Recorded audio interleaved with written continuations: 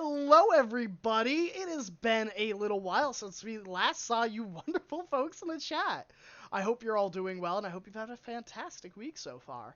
Some of you I've seen sooner rather than later, but we are back with Goldshine Investigations, our 5e D&D homebrew campaign set in the world, well, set in the continent of Mazai, a homebrew continent DM'd by the wonderful Anonymous. My name is Graham. If you didn't know that, I'm sorry, I'm bad at introductions. Or Graham Crackers, as I'm more commonly known. Welcome to the channel. If this is your first time, this channel is all about playing games with friends and making good memories, and very little else. So, uh, tonight, I am playing Geharis Nervos Blackmont, the Tiefling Oath of Conquest Paladin, and I am joined by some fantastic cast members, who need no introduction at this point, but We're going to give them anyway. exactly. So without further ado, Oh wait, it's me, isn't it? Hey guys, I'm Pharaoh. It's been a while, but we're here. I will be playing Utaka, the Water Genasi cleric rogue with gods and attitude and bugs. Who's going to be doing a little bit of a solo mission today. So, And I shall pass it off to the lovely. Hello, it's me, Kari. I will be playing the Fey Pact Warlock Israel, and today Israel and Evron will make the dynamic duo that tries to stop a war before it even happens. Hopefully. It's really in the air, but that's the idea. And hi, everybody. I'm Derek Sword. I am playing Griaz Bramblepelt, the swampy bugbear druid rogue. And yeah, he's just going to be walking around just a new place with his buddy, Geharis. Are we supposed to be doing something? I don't know. It's new town, stroll with a friend, I'll hand it off to the effervescent Jeremy. Hello, everyone. I'm Jeremy. I am also playing the Protector Asimar Ivron Blackmont, Oath of Devotion Paladin. And yeah, just like you've heard, we're trying to stop a war. No pressure. Without further ado, I now hand it off to our wonderful GM, Matt. That's me. Hi, I'm Matt, your DM, and I will be playing everyone else. Are we all ready to dive back in to the Goldshine Investigations? Very well then. When we last left off, the party arrived at the coastal Emelian city of Jor, finding it under besiege by the Bluefield Alliance, who has formed a pact with the Underdark halflings, referred to as the Underlings, who have, in exchange for a promise of bodies that they will conduct their disease and plague-based experiments on behalf of the Plague Doctor, they will provide ships and naval firepower to the Bluefield Alliance, who has been lacking it up to this point. Hoping to secure the last major naval power that the Empire still controls, the Bluefield Alliance has launched a raid. However, this is just a cover-up. In reality, the leader of the Bluefield Alliance has taken you guys' warning at the Siege of Vale Bright to heart and is prioritizing extermination of the Children of Red Sight cult, and suspects that there are surviving members of Arpeggio's Dark Elf troop in the city. And if they cannot be located and the city refuses to surrender, then their plan is extermination via improvised weapon of mass destruction with 2 bags of holding. But the party does not mean to let it go down that way. The group has parted into a trifecta. Utaka heading into Jor to locate the supposed cultists. Avron and Israel negotiating with the general on the docks to hopefully get a ceasefire discussed, while Geharis and Griaz snake their way up the mountain to find the royal family, inform them of the present situation, and with any luck, possibly resolve this situation without bloodshed. That being said, as you guys paddle your way towards the docks, what is the game plan exactly? Are those of you going into the city going to try and sneak past, or how are you planning to do this?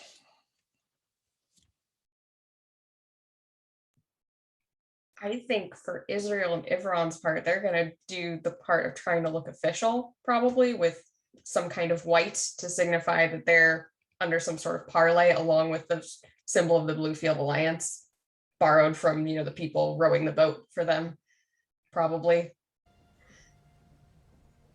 Utaka will lean over and elbow Griaz and say, hey. Yeah. You see anything up there? Like I know you got like eagle eyes or whatever, and bugbear eyes. Right. But do you see anywhere I could it's easier for me to sneak in from the waterfront? Utaka, my eyesight is not any better than yours. I think you might be confusing me for my Tuesday character who actually does have the equal eyesight. No, I'm not. You've got a perception check of It's somewhere your around perception. 27 that's or okay. whatever. You know what? That's fair. That's fair. I was getting mixed up because no, that one, my other monster boy does have eagle eyes. Yes, Matt, I would like to do a perception check to determine if there's anywhere. Yes, absolutely. All right. I totally forget that this man can perceive the entirety of the world. Yeah, just like chameleon eyes, they just go. Yeah. Local bugbear forgets. I would like to give you advantage because I'm also looking. Okay, yeah, go ahead and make that perception with advantage. All right. You know what? The first one was a 15 plus 9. The second one was a 20. So plus 9. So that's a 29. I just the weave just splits in front of me, and I can see the like the atoms. For a split second, Griaz, you look, you feel like you're on a table, and you look up and you see these giants rolling math rocks. Now, I have a sudden feeling that I know what roll 20 means. Griaz, I can see beyond D&D. He literally aligned all of his chakras and accessed the cosmic knowledge. It's like nothing I do is predetermined. This thing is free will. We're all just pawns in a insidious game, role-playing game. Yeah, I don't know what any of that means, but do you see somewhere I can sneak into the city? Oh yeah, I'm sure I do. Yes, agree. With a natural 20 for a total of 29, you see a lot. First of all, something that kind of immediately presses your concern. You see that by this point, with the negotiations on the boat, flying to and from it, now making your way towards the city, you notice that the sky is getting darker, which, it's about to be nightfall, so that's not incredibly unexpected, but it's unnaturally dark. Little to no moonlight, or what's left of the afternoon sun coming over the city. And you realize with your great perception that clouds are starting to roll in. The blizzard that you predicted is likely on its way. You don't know exactly when it's going to hit, but it's going to probably be sometime in the next couple hours. Secondly, there are indeed a lot of potential hiding spots. As the blizzard is rolling in, there's also a kind of light fog descending over the city from the waterfront. And as a result of this, you imagine that with Utaka's proclivity for water, they could easily jump off the boat, the fog would disguise them, and there are boats docked at the moment. But with the ensuing panic from the Underlings' Bell, they hadn't been unmoored from the docks. So if Utaka jumps into the water, using the fog as cover, makes their way over to one of the boats, with the chaos on the shore right now, they could absolutely slip into the city undetected. They would just have to avoid the main docking area. If they just went straight from one of the ships to the beach, then they could make it easily. And for just some additional detail, because nat 20 perception, I'll give you a few freebies. You get a better look at the general that the I team is going to negotiate with. You see what appears to be a human woman with blonde hair that appears to kind of be slicked into almost like a cowlick. But the hair is so blonde that it's that almost white blonde. You can see beautiful ruby lipstick and a very slim hourglass figure. Very beautiful woman. And you can see that at her side are 2 swords that are currently in their scabbard, although she has her hands on them. And something you notice is her eyes, along with those of the soldiers, appear to be slightly clouded as another ring from the underling's charming bell rings out. With that nat 20 perception, you know that the soldiers and the general have come under charming of the underlings and will likely be very pliant. Beyond that, that's everything you're able to make out. All right, so hey, Utaka, I think you should be good to go. You just, you keep low. I got something that might be able to help you here in just a second. But also, we're going into a city, so don't forget the symbols that you and I know. Yeah. Right? That's why I said I could do it. Right. Yeah, exactly. But I'm just saying, sometimes they'll, find you an alleyway or an entrance you didn't know was there. So just, watch out for those things. All right. Israel and Iran. That bell is doing its job. So I'm not sure. They're definitely charmed, just like the underling said they were going to be. So bear that in mind, that you are not going to be dealing with I'm not going to say the most honest, but there's, a level of manipulation going on with the general and her folks. Well, at least it means that we won't have to be perfect at this to see if we can get a viable solution out of this. And you should be able to walk up without getting stabbed immediately. That's nice. But just in case for everybody, he's going to kind of lean off the side of the boat and scoop up a little bit of the fog that's kind of coming in. And he will cast Pass Without Trace, and it'll kind of just spread over everybody. So there's a semi-magical fog that you can use this if y'all want to snake. You don't have to, but it'll help a little bit. Just help you blend in with the weather. That reminds me of a question I have to ask. How are we getting to the noble's house? I hadn't thought that far that ahead. Yep, that sentence wasn't in order. I figured you would know because you're a fancy noble boy, and I think they lived on the top of a hill. They are up on the hill, but the problem is there is a army in front of us and that. How about you guys let us distract the guards at the gate and you just sort of slip by?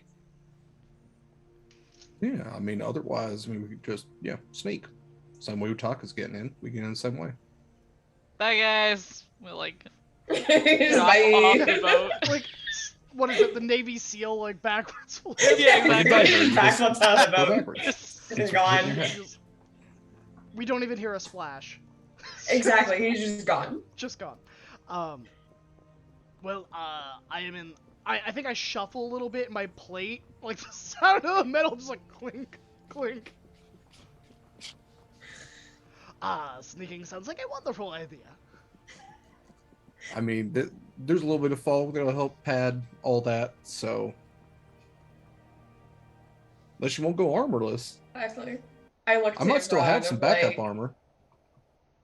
Griaz, do you understand how long it takes me to get this armor? 5 minutes? I'm going to stay in the armor. I have a lovely set of studded leather that you would look dashing in. I'm going to stay in the armor. All right. Exactly. Israel even gives you a look, Griaz, it's not gonna work. You can't stop him.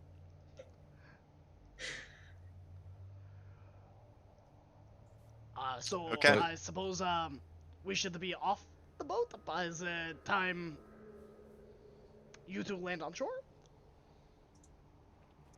Can you swim in that?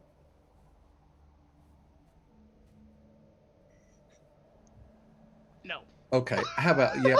All right. Yep. That face is all I need to know. No way that I'm going to swim. Griaz is just gonna grab him and just step off of the boat, and he is actually gonna cast Water Walk on both of them. So didn't want to do that to Otaka, so Otaka would just hit the water like solid ground. But yeah, he will cast Water Walk, so they can at least walk. Okay. Off of the boat. Okay. Delightful. All right.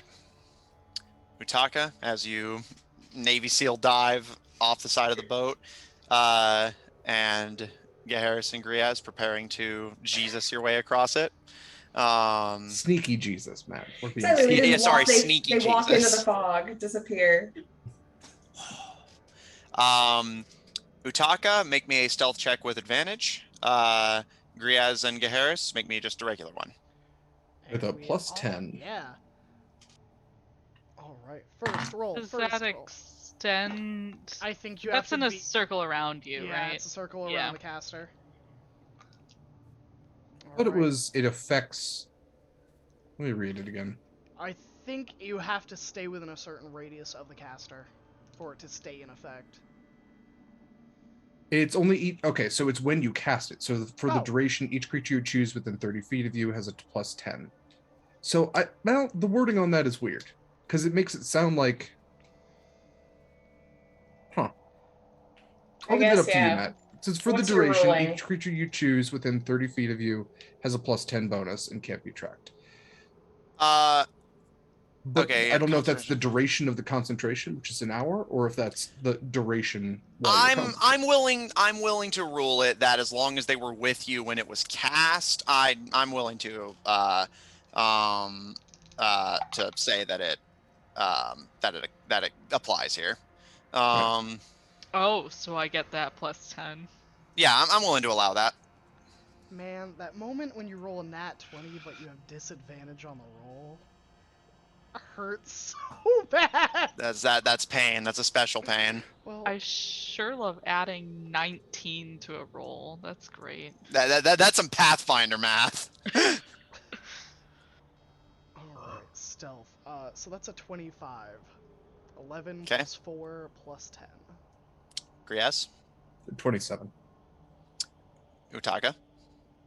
36. Okay.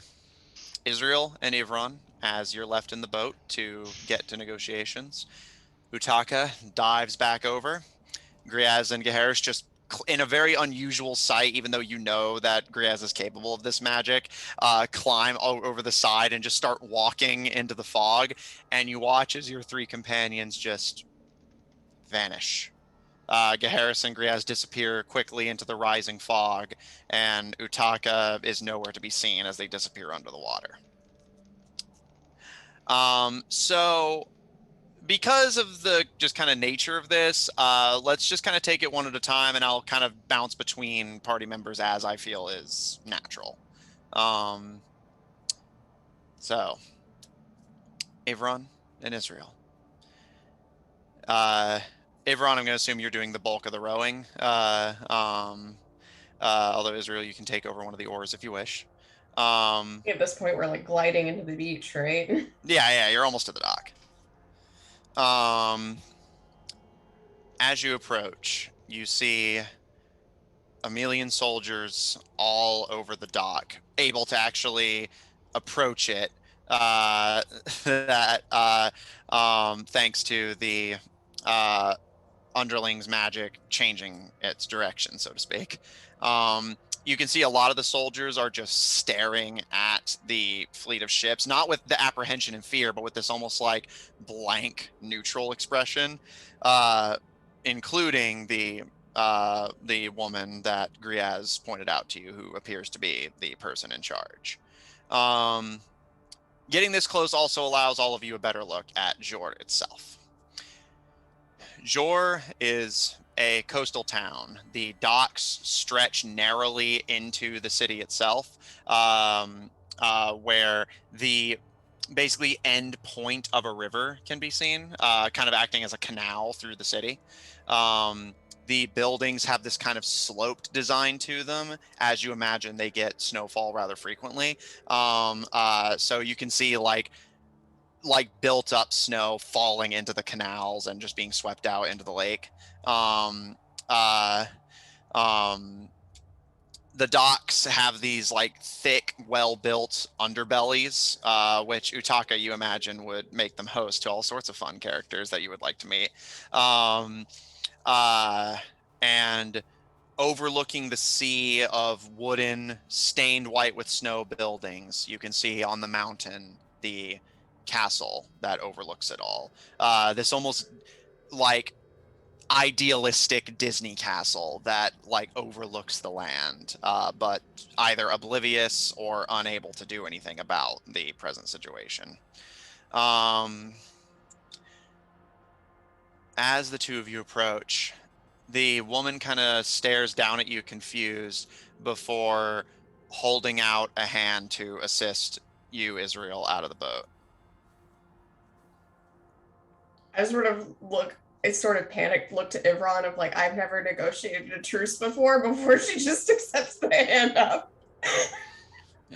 And would go up with like a nod of thanks, like, and offer her hand back down to Ivron. And probably quickly say, I've never negotiated a truce before.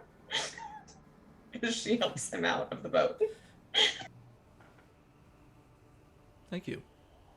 Yeah, Ron, for his part, will remove his ear protection and give a courteous bow. I'm not sure what type of ear protection he had, if it was like big and bulky or like... It was the like a headset, basically. He doesn't want to seem...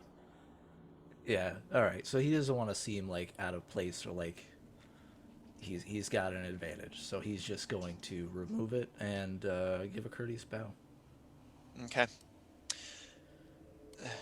She kind of seems a little confused for a moment before returning the gesture. You overall are getting the impression that whatever this magic is kind of throwing her off slightly, and she seems like having some slight difficulty like focusing as a result of it. But she gives a bow and with a flick of her hair as her cowlet kind of like slides over one of her ears, she gives a happy smile. Seeing her a bit close up, you can make out a few details that Griaz just hadn't paid too much mind to. You can see one of her eyes appears to be green, that very bright, vibrant green. The other is currently covered up by a very basic cloth patch, and you can see what appears to be some scarring running over it. Like this one off-putting detail beyond an otherwise relatively conventional-looking human. She kind of tilts her head and kind of taking a breath to kind of collect herself. So, are you here to negotiate? Hail and well met. I am Sir Evron Blackmont, a Hell Knight and captain for the GSI Field Team C. This is my companion, Israel Blackthorn. We are here to parley with you. She gives a smile and gives a slight bow, although it's not very, like, I'll say Ivron, especially as someone who was brought up with this sort of teaching, that bow is sloppy and would have gotten you the ruler when you were being trained. Although it's Israel's. It seems though less of an intentional disrespect and more of a like, you know, just her genuinely not really being certain about it. But she rights her stance and kind of running a hand through her hair. She holds out a hand to the two of you. Sergeant Pierce, Melian army, I guess. She gives a smile, and as she shakes the two of your hands, she looks over your shoulders at the underling fleet and turns her attention back to you. So, is this a surrender kind of negotiation or a truce sort of negotiation? That all depends on you, Sergeant. We have come to negotiate a ceasefire, but we are uncertain of your intentions. She thinks for a moment and, why are you negotiating for them? I don't remember sending you, and I don't think you're with them. Forgive me Certainly we are for not. As... Go ahead, Israel. I guess forgive me for interrupting, but the GSIA is not under command of either army to the current knowledge, which positions us perfectly, if I understand correctly, to mediate between the two of you, especially considering that there might be other forces that have exacerbated the situation for which we are better positioned to solve. That seems reasonable. Other forces, huh? She thinks for a moment before turning her attention back to you, Yvonne. And what were you saying? Just this, Sergeant. We of the GSIA are after members of a cult known as the Children of Red Sight. Have you heard of them? She thinks for a moment, and there's a pause, and I don't think so. But I've heard the rumors. Wasn't there some kind of cult that changed what was going on at Veilbright? Indeed. In fact, it is from Veilbright in which we come. You stand before one of the heroes, and he motions over to Israel. And she looks at him and goes, and gestures back at him, too, I would suppose. Oh. She gives a smile, and both of you can now notice the slight glazed look in her eye from the bell's effects. Well, thank you for your service. Let me be the first to say. She thinks for a moment, and The Bluefield Alliance has prioritized our mission in apprehending these members, as it seems they may be interfering in the affairs of this war. We have negotiated a ceasefire, but if it was up to us, we would seek to negotiate a truce. Would you be willing to negotiate a truce? she thinks for a And he moment. probes her as if talking to a child, because she seems to be dulled. Yeah, no, you can definitely tell the underlings are laying it on a little thick with the charming magic to make her very pliant. She thinks for a long moment before. I don't really think I have much of a choice, do I? She nods towards the fleet. We have the numbers, but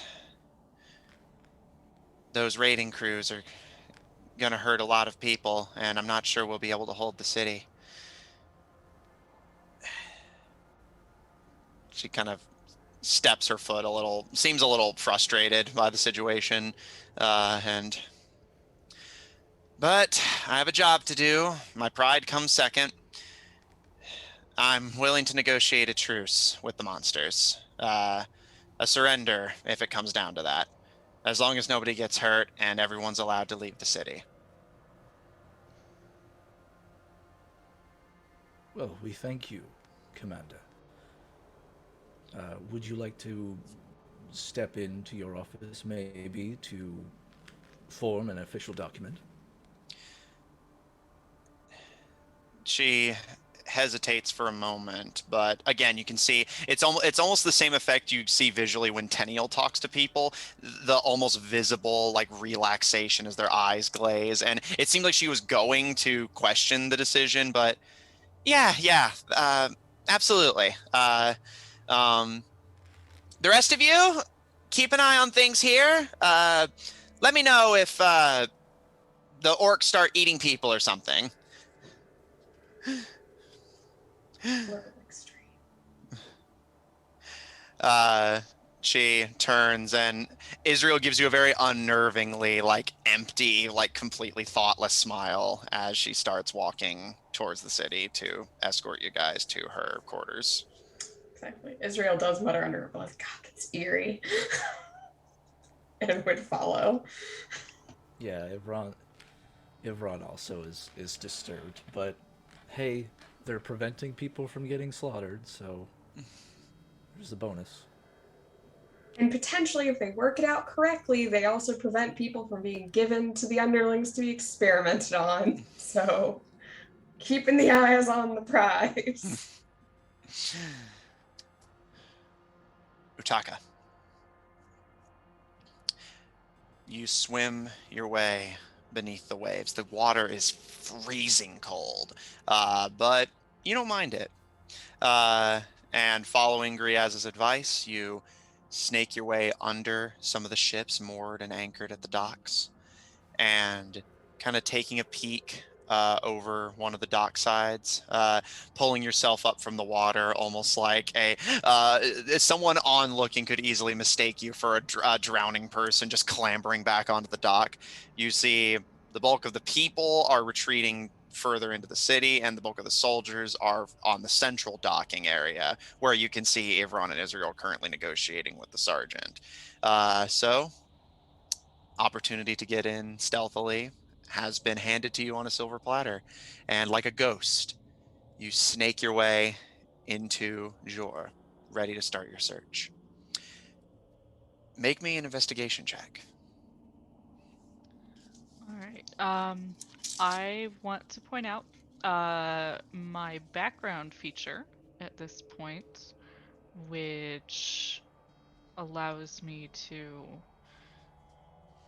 quote it, I know the secret patterns and flows to cities and can find passages through the urban sprawl that others would miss. So I move faster and have an easier Yes. time finding Mm-hmm. those sorts of locations. Okay. Absolutely noted. So you'll Okay. be finding it very fast. Okay. Investigation, my best stat, 11. Okay. You, using your knowledge, as this city's layout is actually relatively similar to where the city you come from, just a little more coastally acclimated, whereas your city was more mercantile and trade based. You snake your way through the alleyways, under the docks, over rooftops, through alley after alley, and you see a variety of figures that cat. Go Can I on. suggest something? As I'm making my way through these alleys, I would like to cast a spell. Go for it. I want to cast Locate Object, and I will specifically be looking for. Did we see we saw these dark elves before, didn't we? Yes. Okay, We even so fought them. yeah, we fought them. And I guess remind me as a player because it's been over a year. Valid. um, was there anything distinctive about their weaponry or their clothing? They used bladed gloves and bladed shoes so that they could essentially, while dancing, slice up opponents, as they Okay. are circus performers first and warriors second.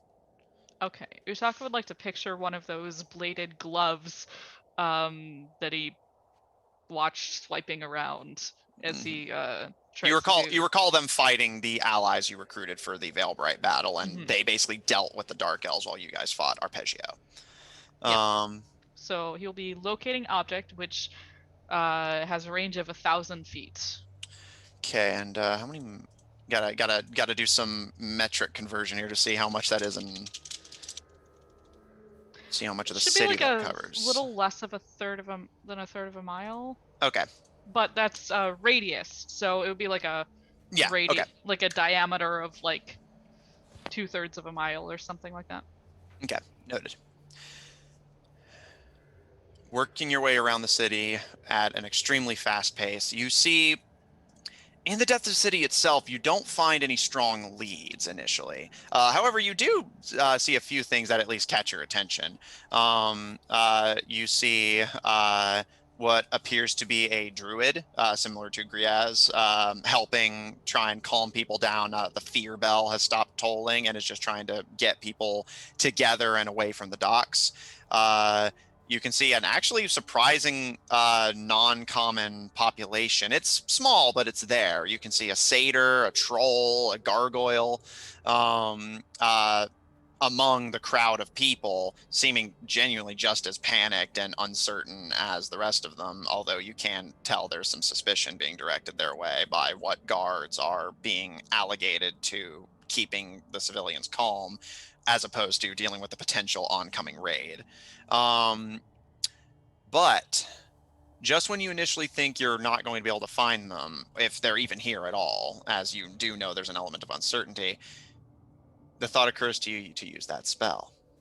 And as you scour the outskirts of the city with the spell active, you do get a blip from one of the bladed, finding one of the bladed gloves, specifically towards the outskirts of the city, the opposite direction you guys came in, but further up the trail. And following that blip on your magical radar, you start working your way towards it, and you see a large, almost caravan car. This like almost like perfectly rectangular, almost like a box of cookies, like colorful and perfectly square and rectangular, on these like colorful golden wheels. And on the side, in bright, curly, attention-grabbing letters, you can see it reads out the Farm Pork Circus. And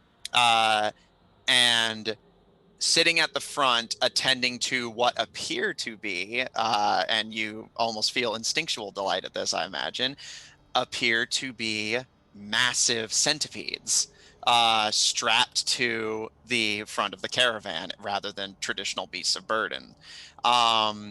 And kind of tying them to the caravan, seeming in a hurry given the situation, you see a small halfling dressed in bright ringmaster garb, the red suit, the black top hat. Their uniform has some like green like lapel and I forget what they're called, but the things you put on your wrists. And several balloons are tied to the caravan. It seems like everything's being gathered together in a hurry. They appear to be the only person you can immediately spot here, although the blip you're getting is coming from inside the circus car. How large is this circus car? The caravan is relatively sizable. I'd say it's about 20 feet tall and about 10 feet wide. Okay. And so that should be pointing me towards the closest of those objects, right? It is.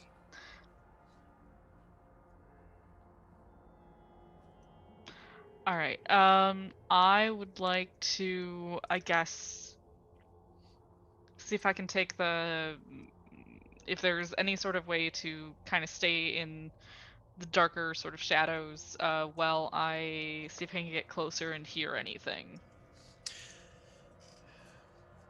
Okay, make me a stealth check. And yes, they're basically on the outskirts of town near the forest. So yeah, you can easily enough try and stay hidden, but still have to be doing so. So Okay. Well, it's not going to be a 36, but it will be a 24. okay.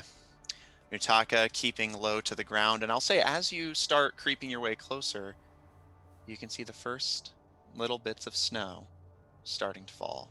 The first emblem of sorts of the oncoming snowfall that Gria's predicted. You sneak your way closer to the caravan car, being on the opposite side. Oh, sorry, on the opposite side from the halfling. Although you are so tempted to investigate those centipedes, I imagine. You can see that the back is basically just a very basic double door that opens out. And you start creeping your way closer. The halfling appears to have not noticed you, and you do not see anyone else in the immediate area. Make me a perception check to see if you can hear anything. 17. Okay. And remind me what languages you speak, Utaka. Common, halfling, primordial, and thieves' cant. Okay. As you work your way closer, you do start to hear something almost lost among the wind, and you can hear the halfling just kind of humming to themselves as they work. You press your ear to the walls of the caravan car, and you can hear voices. What appear to be two of them, both female from the sounds of it. You do not understand what they're saying. It's a language you do not speak, but whatever they're saying is very rushed and panicked. One of them kind of like rapidly, like seeming concerned as they ask something of the other, and the other gives a very like short, brusque response. You don't know what language they're speaking, but whatever they're talking about seems to have them very worked up. All right. I would like to deftly flick open my butterfly knife, and I want to see what I can do to break a couple of these wheels as quietly as I can. Okay. Oh, that's interesting. Maybe a dexterity check, just kind of a general one. With proficiency or not? Yeah, I'll say proficiency, sure. I'm kind of improvising this, but I'm not sure if there's a destroy wheel ability, so I'm kind of playing this one by ear. I'm interested. That'll take a 9 up to a 15. Okay. You carefully unscrew one of the wheels, leaving it in so that once it starts moving, it'll just fall off, not seem obvious that there was sabotage. However, as you start making your way to a second wheel, you can hear the halfling starting to get back up into their seat, seeming ready to get moving. You can break this other wheel, but you're not going to be able to do it subtly. It's not going to be loud to the point of like getting attention on you, but it basically it'll be obvious if you break the second one that someone tampered with it, whereas the other one could be dismissed as an accident. All right. Is there anything else I can see around me that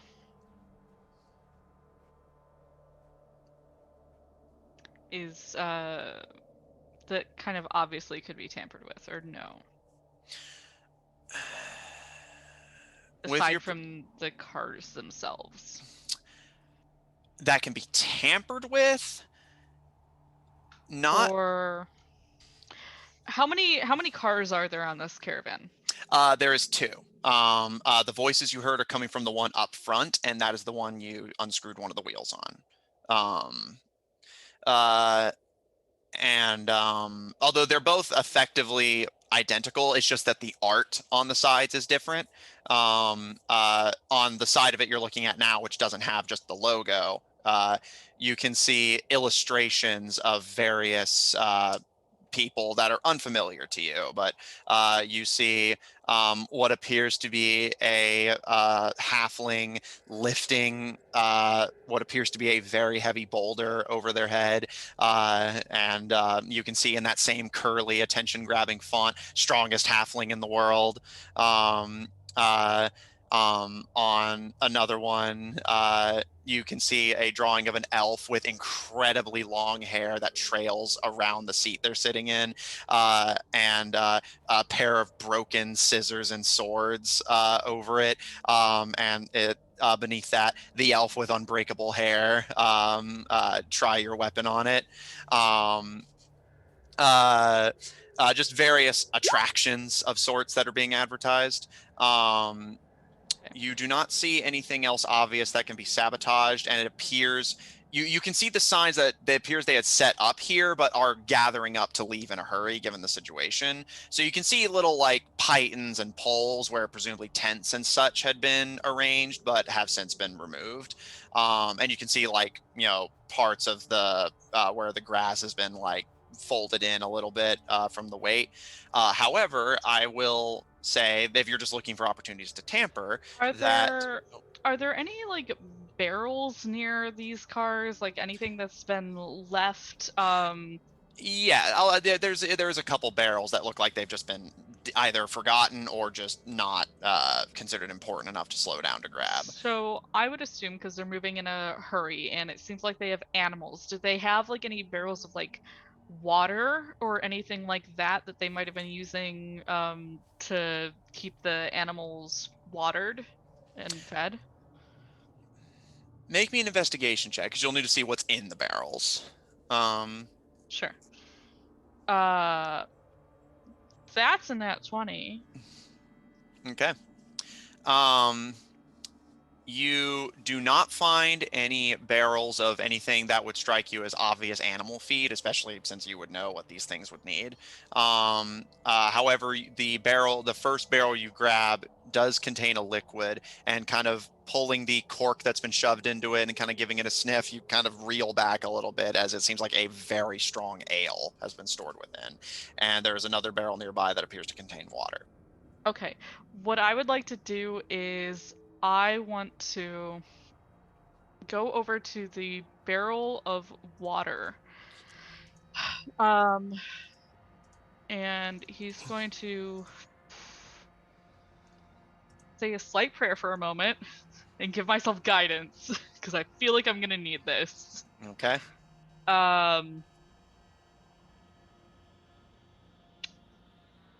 And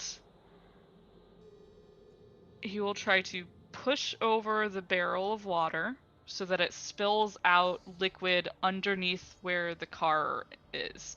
He's going to try and tip it quietly, but take that for what you may in this situation. Okay. And in doing so,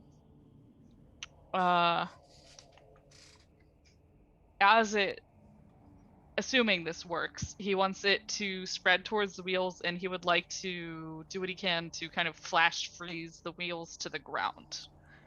So with shape water, possibly, which should work in that situation. Yeah. If shape water's capable of that, then okay, yeah, absolutely. It's capable of freezing water as long as it's not containing a living being. Okay. So it should be able to freeze around wheels. All right. Make me a stealth check to try and do this quietly. Yeah. 13 plus 9 is 20. I can math. That's 22. Okay. Grabbing the water barrel and double checking its contents to ensure that you're not about to blow something up. You uncork the barrel, and thankfully the snow has not fallen yet, so your footsteps do not crunch in the snow. Or rather, the snow has not fallen so heavy, blanketing out the grass. So you toss the. It disperses into the grass beneath the caravan. You kind of wince a little bit, but you do not any change in the voices you're able to hear. And readying shape water, you cast your spell, and assuming that is something that the spell's capable of, then the water quickly to the bottom of the wheels. If it doesn't stick them to the grass, then it'll at the very least heavily slow them. I can do it to 2 of the wheels. I can have 2 of the non-instantaneous effects active at a time. Okay. Sorry. All right. All right. So, all right, 2 of the wheels frozen. With Okay. one wheel broken and 2 more frozen, you looks like the halfling's about to give the hya. Would you like to do, if anything? I would like to slip back around and get into an alleyway. Slip into an alleyway where I'm close enough to hear and maybe see what will happen afterwards, but give All right, myself like a little bit of a distance. Okay. I will say that they're kind of on the outskirts of the city, so there's not any alleyways immediately visible. Okay. However, you are near where the town of Jor meets the jungle, so there are plenty of trees you could hide behind while still having a view, if that's okay with you. Heck it, then I'll fucking jump up into a tree. I'll acrobatics this shit. Make me an acrobatics check. Okay. Which is also a +9 for the... I think I've rolled acrobatics in this campaign like 4 times ever, but that's fine. That'll be a 23. All right. And now make me a stealth check to see if you can stay hidden while this goes down. Okay.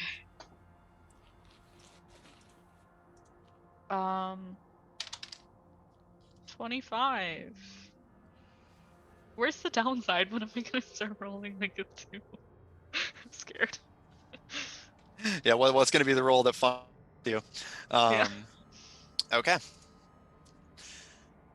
You retreat as the halfling gathers up the last of what they seem intent on bringing. And you quickly scale up into a nearby tree and crouch low in one of the high branches and wait. And sure enough, the halfling kind of humming a little tune to themselves, readies the little reins they have connected to these centipedes, and gives a yeah. These kind of like scurry their little legs up in the air before starting to work their way through the freezing grass. However, they don't get very far before the ice that wheels kind of gives them pause, and the centipedes, figuring this just a nuisance and not registering it, kind of like wiggle a little bit and start trying to pull a little more intensely. And to your shock, they actually break the ice as the 2 centipedes pull themselves out. But the momentum of that happening makes the caravan cars kind of knock into each other, and you can hear some yelps coming from the front caravan car where you had heard the voices and the sound of things breaking and clattering, and the back wheel you had unscrewed pops off, and the halfling kind of lays their head back against the back of the caravan car. That look of just like, now is not the time. And throws the reins down as the centipedes kind of like wave their antennae in a panic. Just like the halfling turns the corner towards where you are, but like doesn't seem to have noticed you, and just aye, what's happening now? And seeing the broken wheel, the icy shards, and everything, just kind of runs a hand through his hair underneath his hat, and just, all right, we can still salvage this. And he bangs his fist against the caravan car, and you see the door thrown open, and a pair of very disheveled, not injured from the looks of it, but disheveled dark elves step out. From the looks of it, it appears to be 2 dark elf women, one of whom is wearing this kind of I'm not sure what the term for it would be, but one of those like very shiny and revealing outfits for a performer. A brown and red top and with matching gloves and boots with these bright gold pants, and the boots appear to be these like sort of boot sandal ungodly hybrids.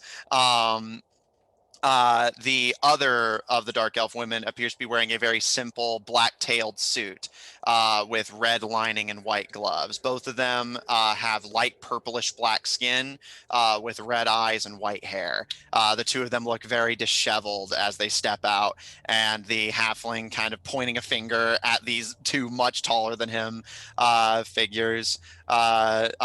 Just, you two, make sure there's nothing else going on around here. I'll fix the wheel. Get back in the car. We're leaving you behind. And the dark elves both kind of just roll their eyes. And one of them pipes up in common, "Yeah, boss." And kind of grabs the other dark elf girl, and they start making their way towards the outskirts of the forest, seeming just kind of doing a circular patrol on the halfling's behalf, while he kind of grumbling to himself bends down to start reattaching the wheel.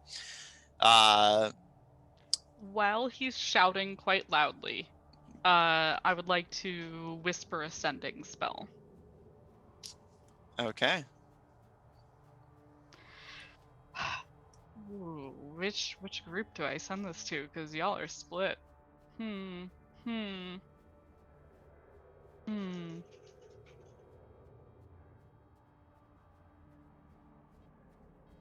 I will choose to send this to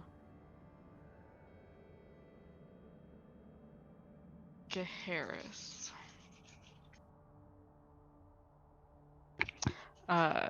And you hear Utaka's voice in your head.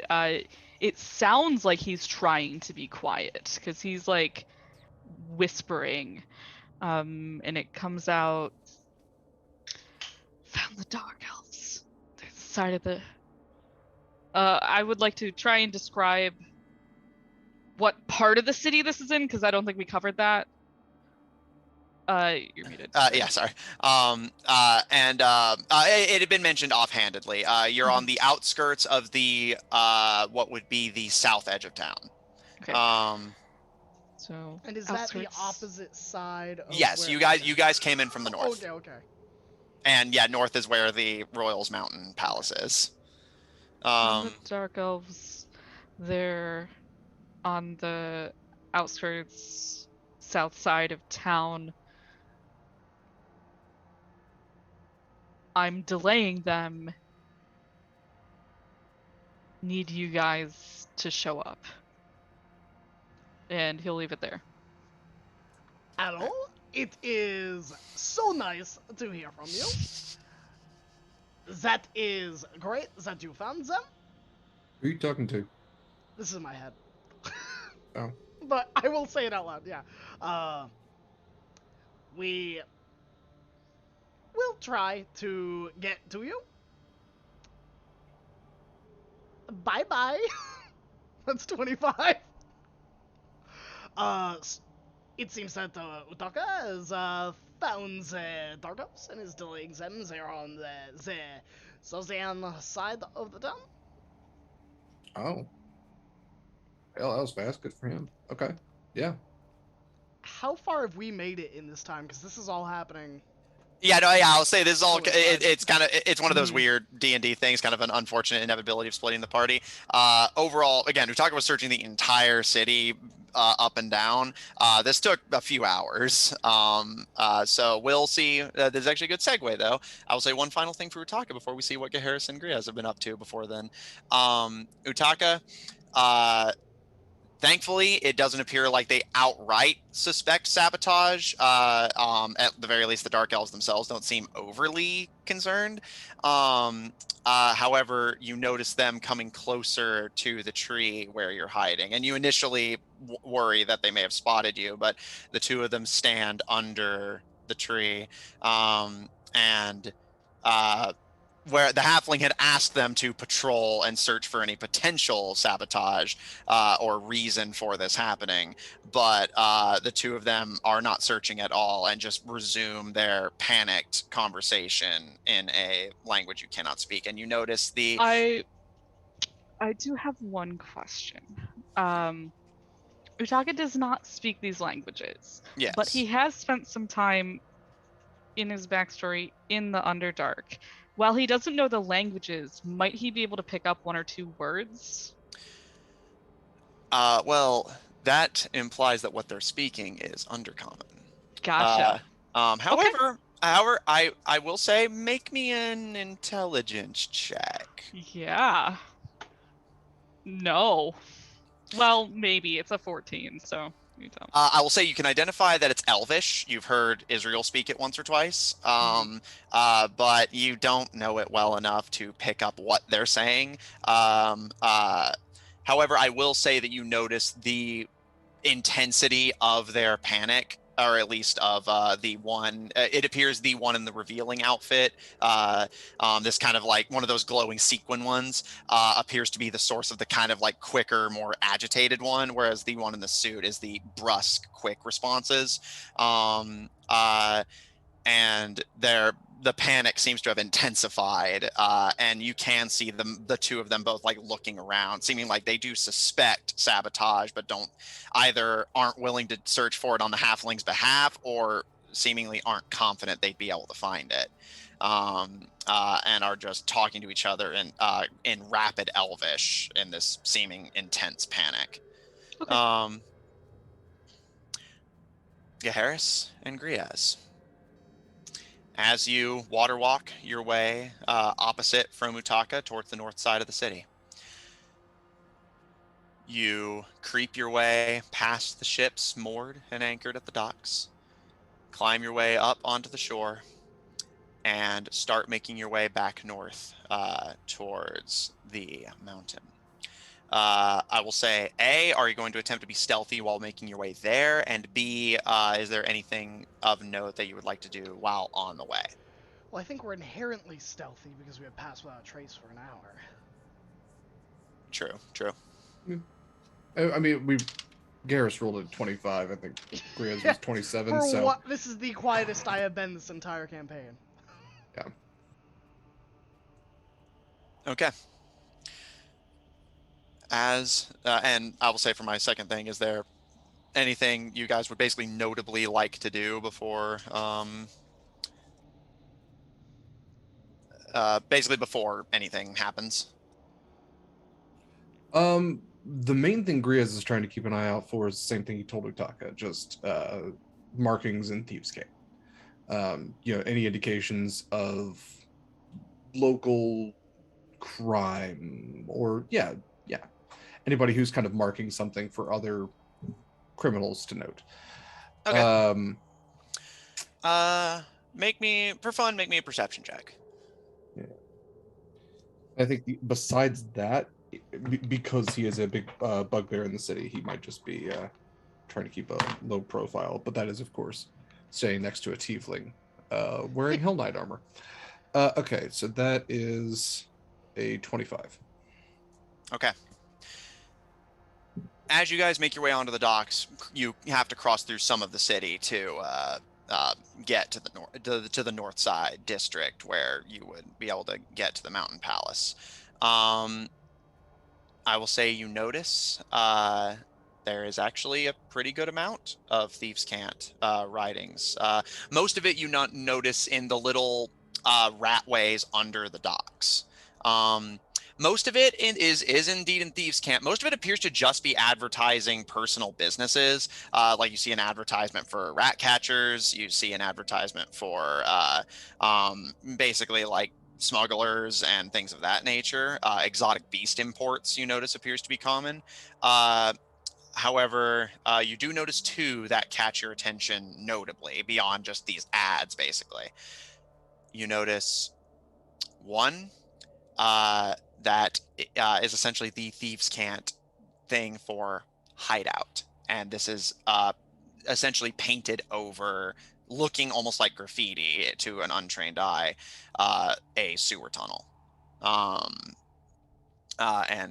the Thieves' Cant word for hideout or home is written on it. And not too far from that one, closer to the actual docks themselves, almost to the point where the shadow of the docks would hide it if you weren't looking for it.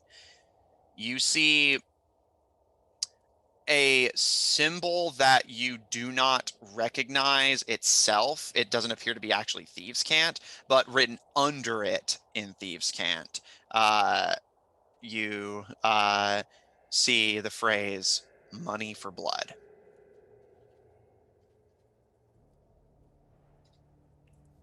Okay. Is that area you said it's kind of under the docks? Is that at least quickly accessible? Yeah, you can, you guys are coming from the dock, so yeah, you could access it easily enough.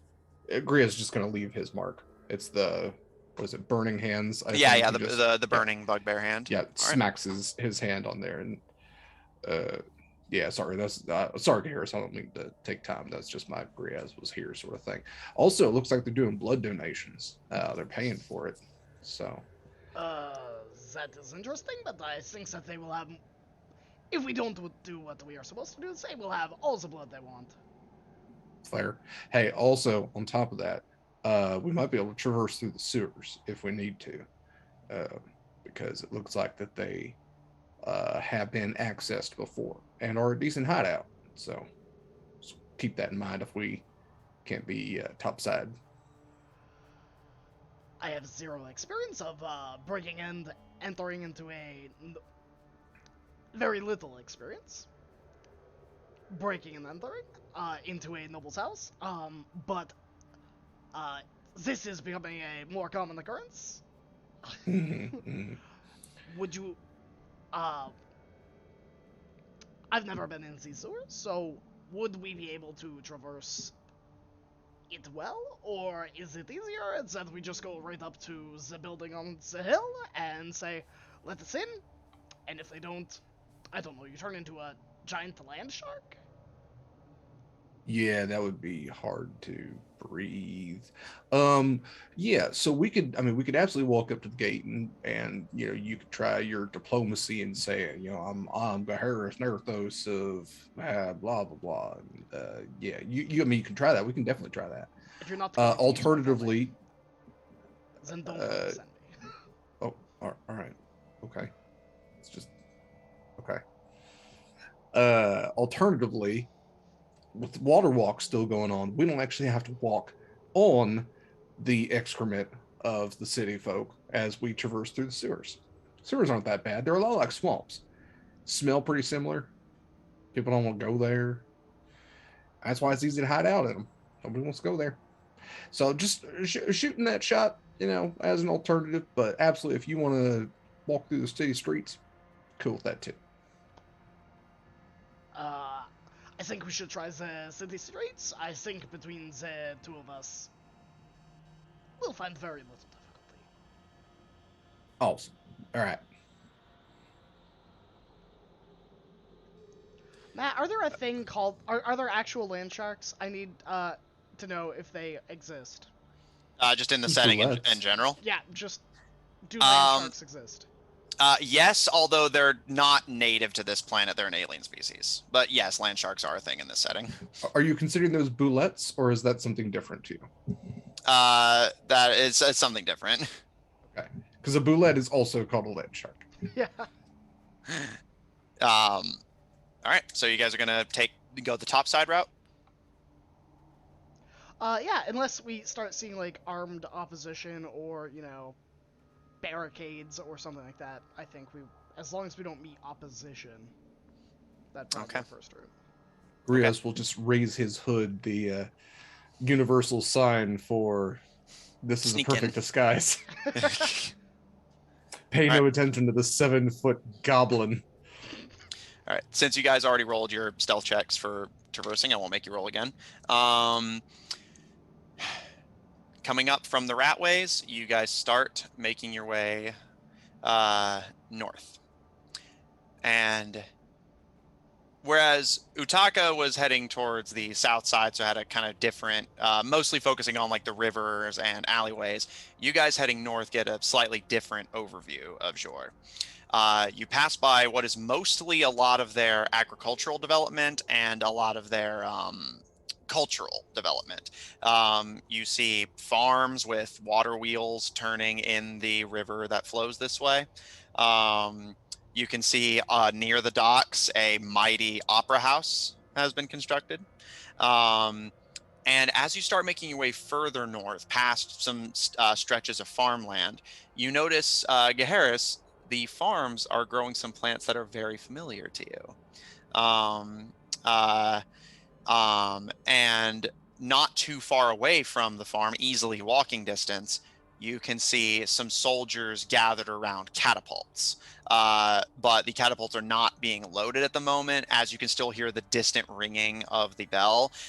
And even this far out, it seems to be kind of throwing off the soldiers' concentration. So they'll like start trying to load up and fire the catapult at the ships, but like immediately get like thrown off by the bell and kind of hesitate or drop what they're holding and have to like go back for it.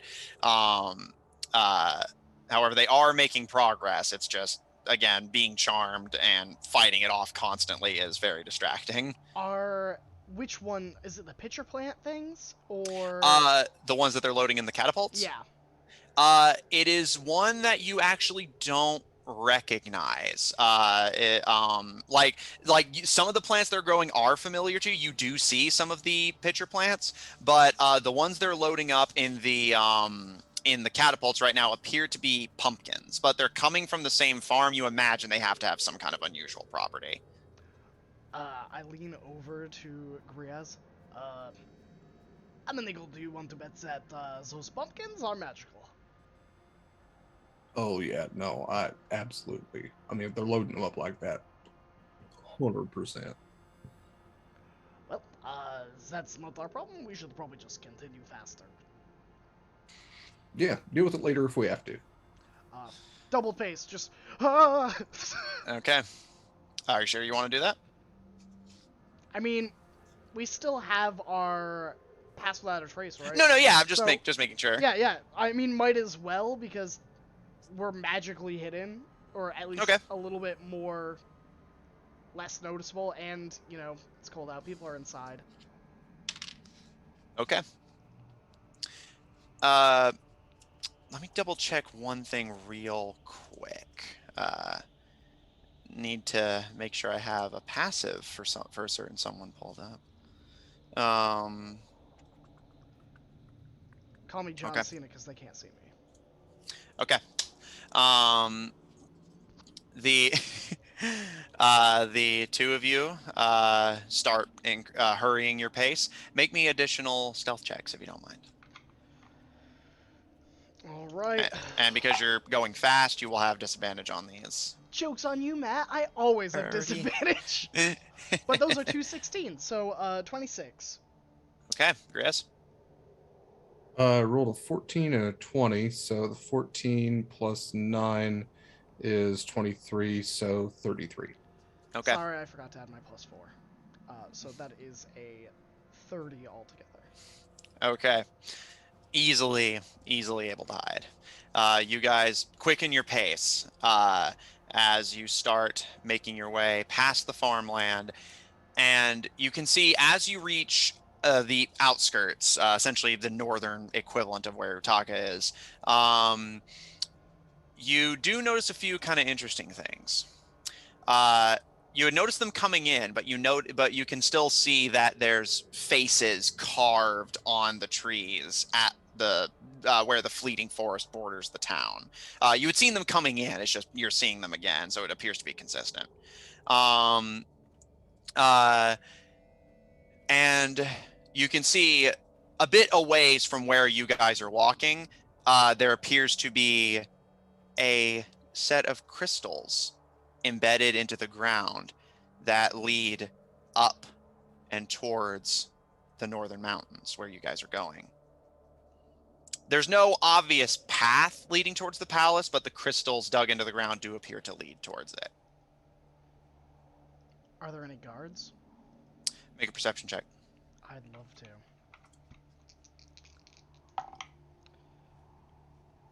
Well, that's a grand whopping total of 10. The palace is still a bit of a ways up, so you don't know. At the very least, there's not guards this far out, but there probably will be some at the palace, you have to imagine. So the crystals are embedded in the ground, or Yeah, are they they're basically like dug into it, and basically like their glow kind of creates this illuminated, especially as night is starting to fall, that creates this illuminating glow up the mountain path, which it seems like it's leading in the direction of the palace, as far as you can tell.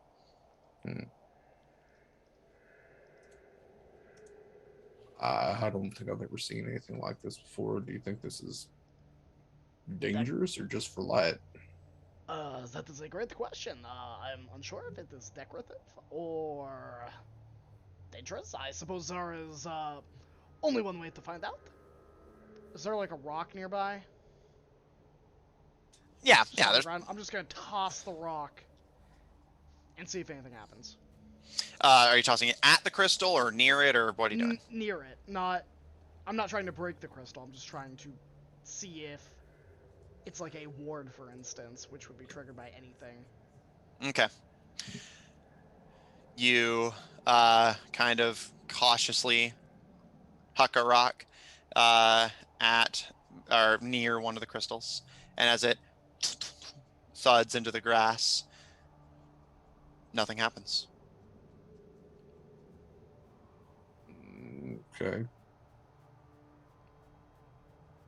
Well, at the least it's not warded. I think. Yeah, not against rocks. Okay. There is Yeah. a famous L Knight, famous for charging into danger. Leroy Jenkins. Mm-hmm. So why don't we just rush on in? Did he? Was that also his battle cry? Was his name warning his foes of his impending doom? Yes. They fought valiantly, but they all perished in the fight. Probably should have been more prepared.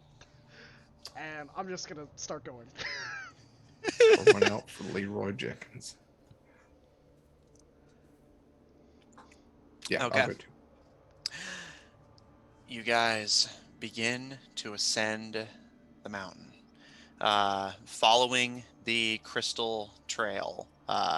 The actual path, which you guys had been coming in through, cuts off essentially towards the right from where you're going. You guys are now going left. You hadn't seen the crystals on the way in, but given that you didn't come to the city's edge, you probably just missed them.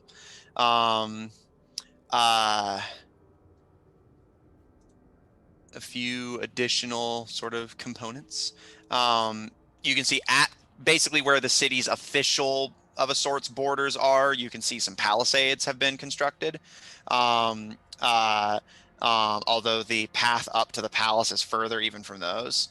You don't see any guards here, although given that they are facing an imminent attack on the coast, that's not too surprising. It's beginning to get a lot colder. Snow is beginning to fall. I'll say it's as you guys are ascending the mountain that you get Utaka's message, which we've already gone over the responses, but How many hours would it take us to get to Utaka, I guess is my question at this point. If you were to turn around right now and just book it towards where Utaka is, you imagine if you sprint for it, maybe like an hour, probably 2 if you go at a normal pace. What if we went through the sewers? You don't know. What if we had Naden or a horse? Certainly would speed it along.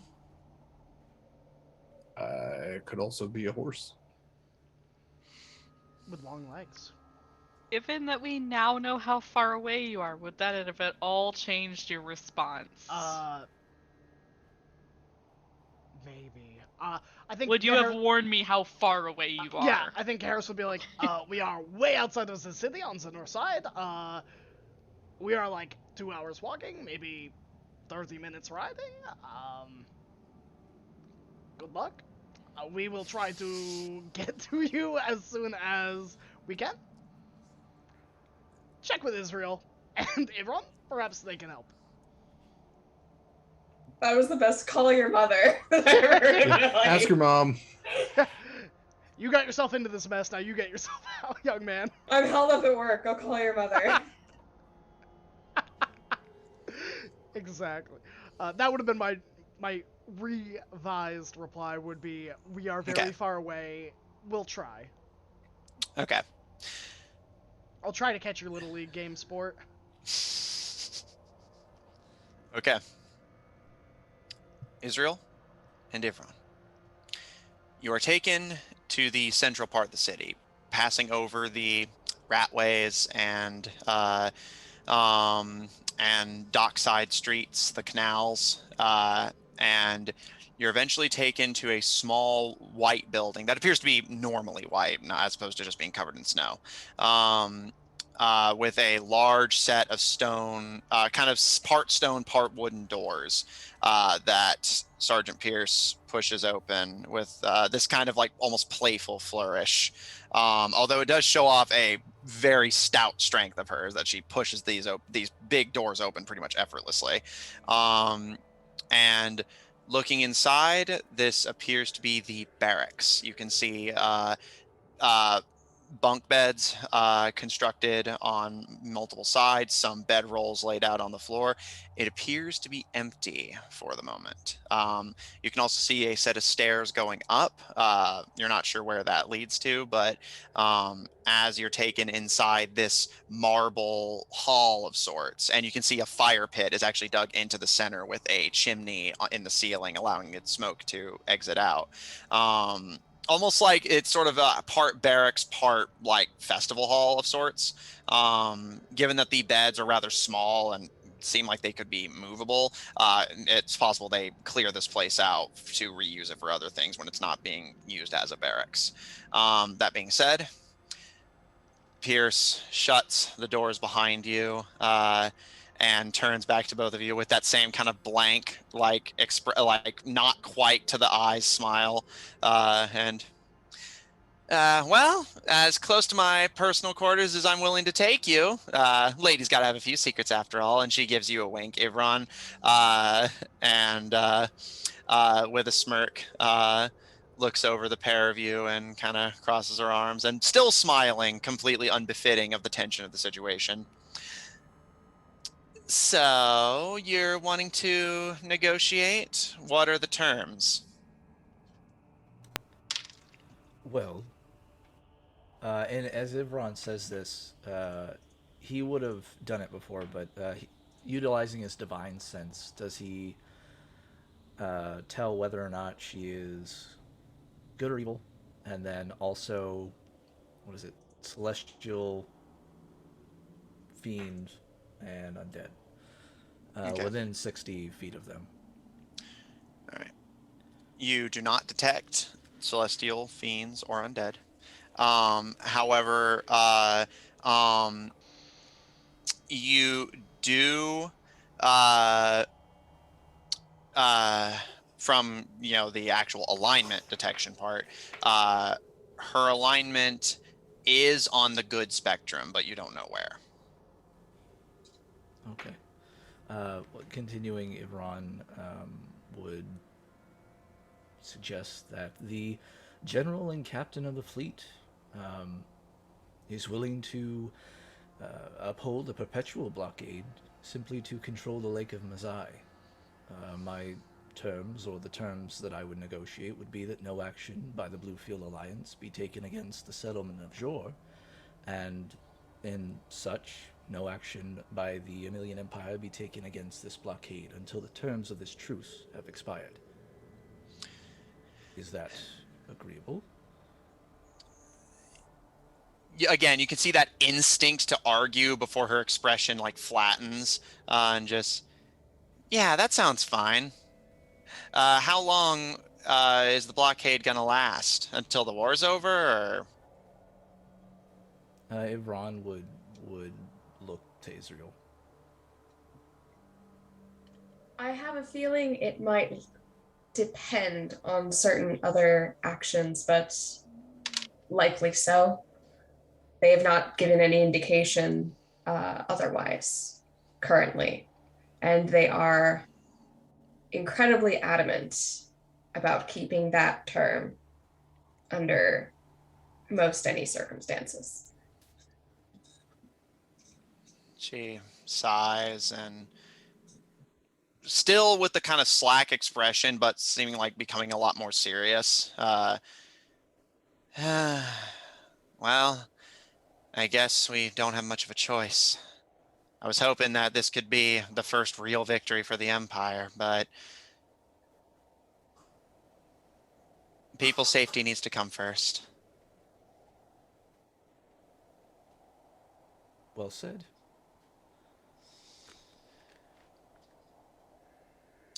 I guess if Ron would pull out some parchment or utilize hers and just start writing up 2 copies of the truce. As you're doing this, while she hasn't shaken off the charm, she is still capable of just asking questions. And so, what's the story with these children of Red Sight you mentioned? You think that these people are in the city? They had something to do with what happened at Veilbright? Correct.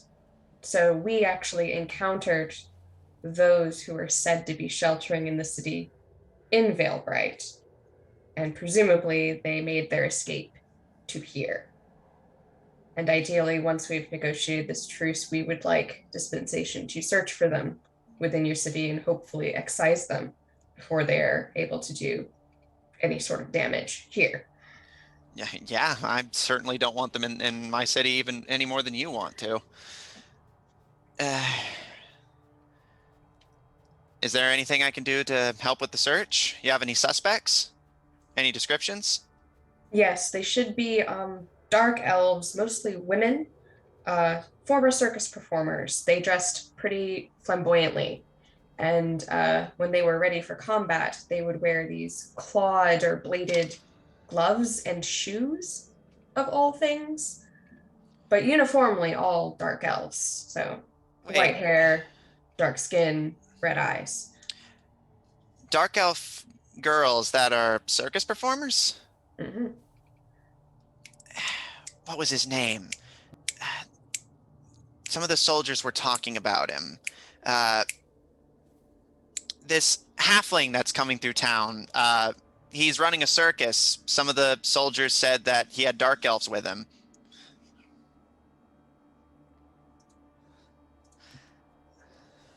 If you'll provide me leave, I can step out and speak with some of your other soldiers and see if they recall the name. Yeah, quite a few of them had gone. While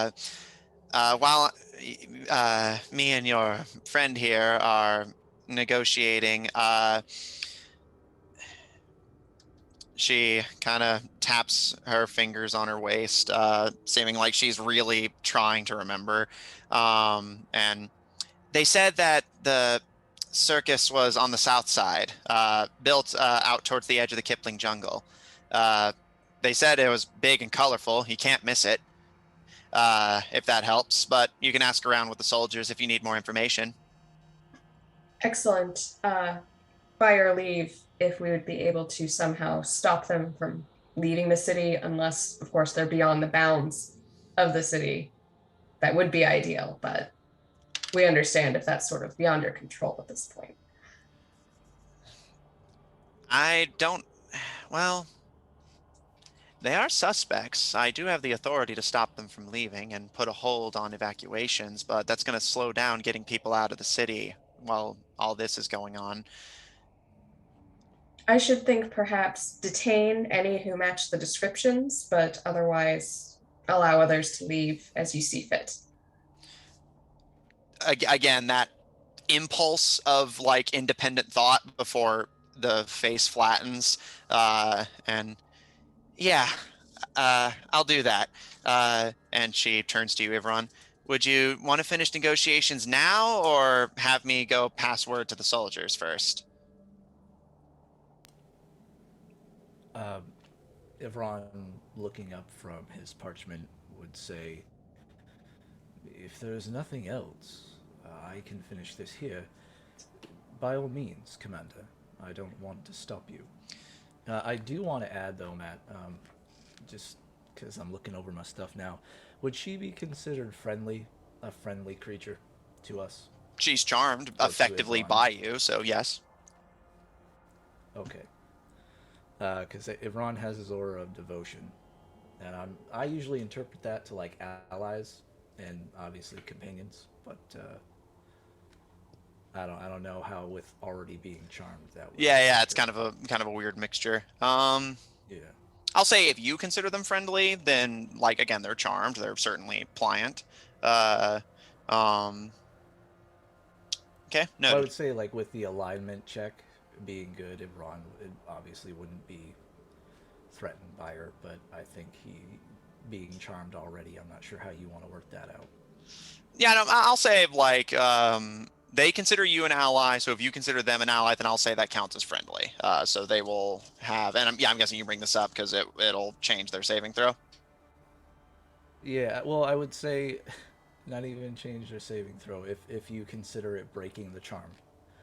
I would say once the truce is signed by this, they officially become allies. And I mean, the Order of Devotion, friendly creatures, including Ibron, within 10 feet can't be charmed. So. Oh, okay. All right, that's interesting. I'll keep that in mind. So yeah, what basically once the truce is official and binding in writing, then her charm will be broken no matter what. Got Yeah. it. Okay. All right. Israel, do you want to head to the south side? Yeah, she is going to head to the south side. All right. On that information.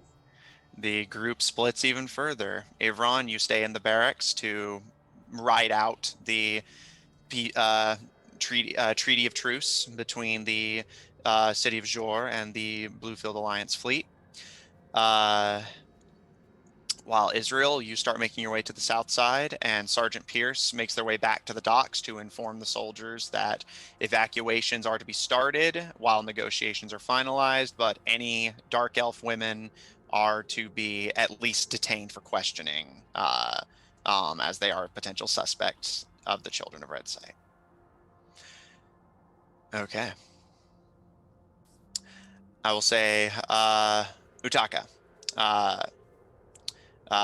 With the response you got from Gaharis, and Israel's on the way, but you don't know that.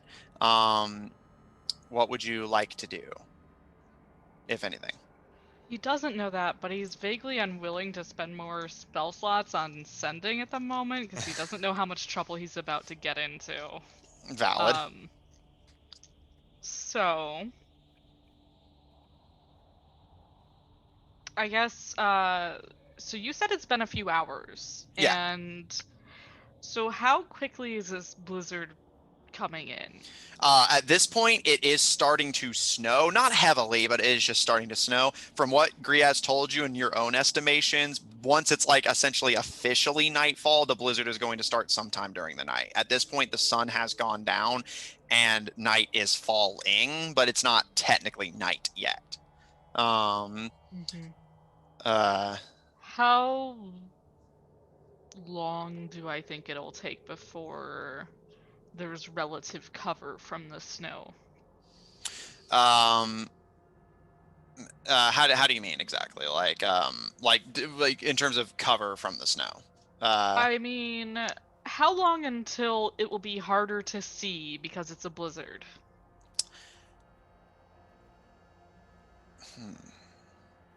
Okay, this is going to be weird, but make me a religion check. I'm going to call this a little bit of divine sense on your part as a Tempest cleric. Okay.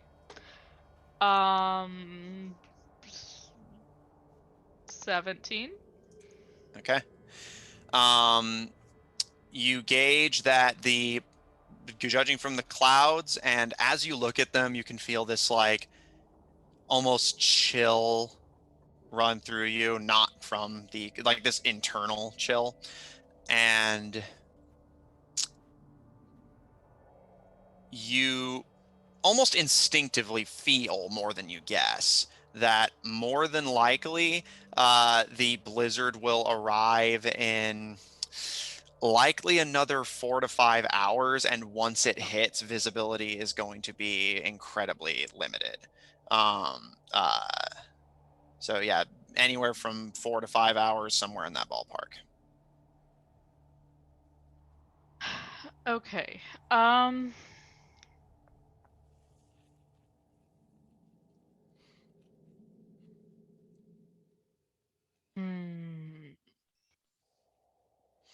And I will add, as a small side note, that feeling of chill you got, that kind of sent goosebumps up your skin, does remind you of some of the precious few bits of insight that Amphitrite granted you throughout your journey. It hasn't happened in a long while, so I figured I'd mention it since, may have been forgotten. It reminds me of something. Yeah, it reminds you of it's the same kind of Oh yeah, yeah. cold it. underwater feeling that you would get. Got it. I wasn't sure if you meant like a specific thing that my brain wasn't remembering, but okay. Continue. It is specific. Okay. And so the two dark elves have stopped below my tree. Yes, they're basically just talking with each other, seeming really on edge and nervous about something.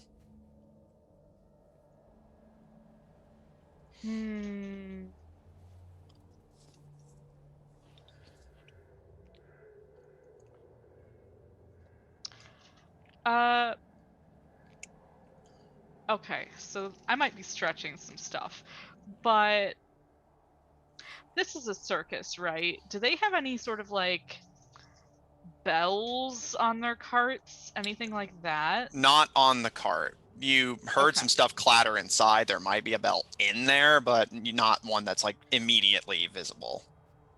Okay. You see there are balloons tied to the carts, but that's about it.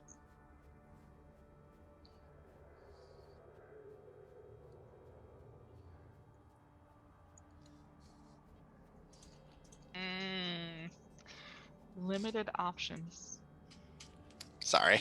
How close are all these tree limbs together? Can I go from this tree to a different tree, or am I stuck on this one?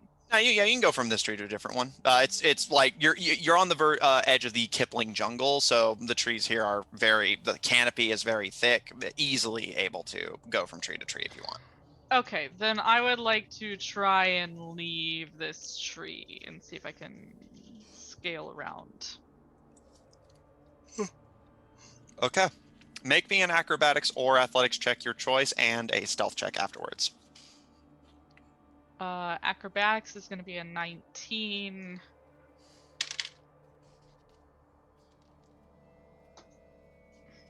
See, I feel bad saying the stealth is a nat 20 because that just seems lame. But it seems lame. It's a part of the game. Okay. 29. Okay.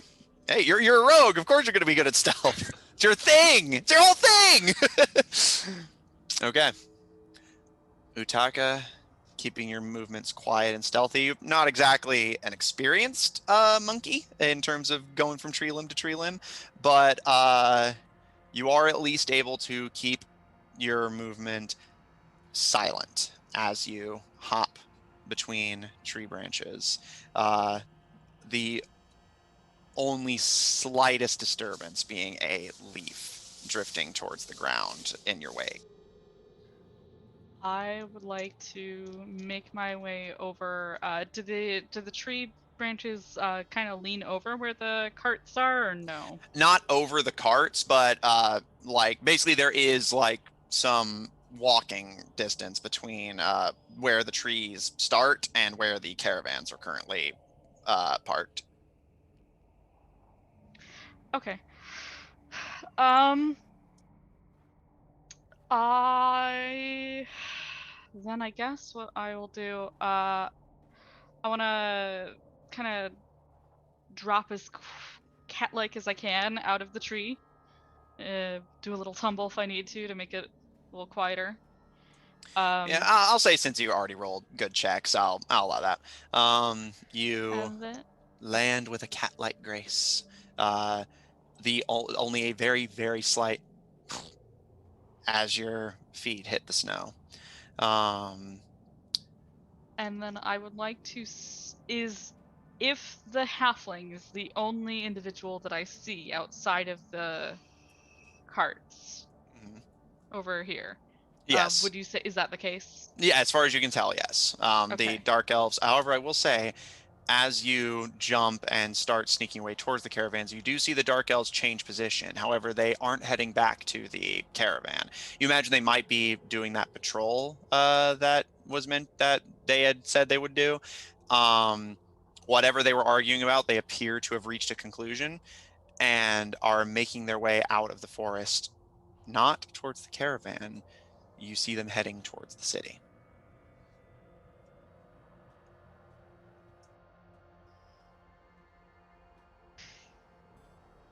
They do not appear to have seen you. Okay. I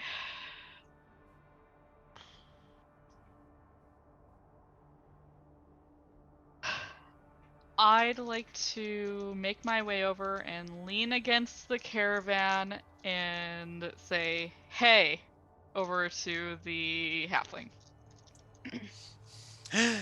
The halfling nearly jumps out of his skin, actually like tumbling backwards into the snow, and the wheel just all the progress he had made completely undone as it tumbles into the snow after him.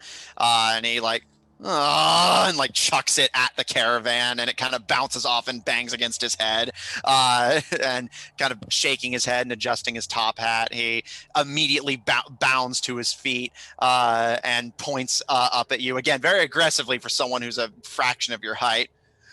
What do you think it's a big idea sneaking up on a guy like that? Do you know who I am? Hey, I'm just trying to make some new friends, and I would like to cast Fast Friends on All him. right. What sort of That's a saving throw is wisdom that? saving throw. He succeeds. Does he know that you attempted to cast a spell on him? So the spell will specify if that's the case. I don't. It doesn't say if he knows if it fails. If it succeeded, he would have known when it ended. But if it doesn't Okay, so take yeah, effect, so he does not know. So okay. he seems he kind of tilts his head at you, seems unaffected, despite what you imagine is very low wisdom. But he kind of crosses his arms and sorry, I didn't mean to snap at you, but can't be too careful. And he gestures towards where you can still see the underling ships and the Bluefield fleet anchored at the docks. And just, I'm just trying to get me and my performers out of here before this turns into a war zone. Yeah, no, I get that. Like, I saw some of them walking that way, and no offense, but like, I gestured to the centipedes, and I gestured to him.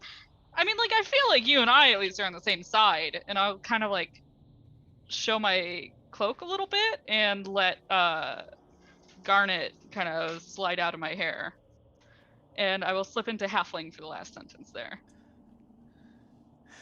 At this, the ringmaster kind of takes a step back, but looking at the scorpion and the centipedes and back to you, his face breaks out in a smile and kind of tilting his hat to you, he responds to you in halfling.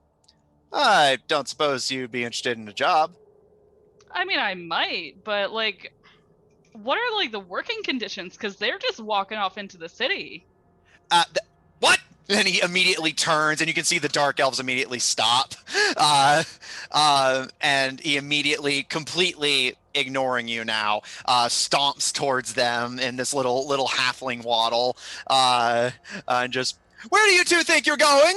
And the two dark elves turn, and the one who had been giving the very brusque responses, dressed in the fine suit, looks down to him and just in a complete deadpan. We're leaving, boss. But the more kind of seeming concerned one has not taken their eyes off of you and kind of pulls at their sister's sleeve, and they point to you. And once they register you, they immediately just turn and start sprinting towards the city.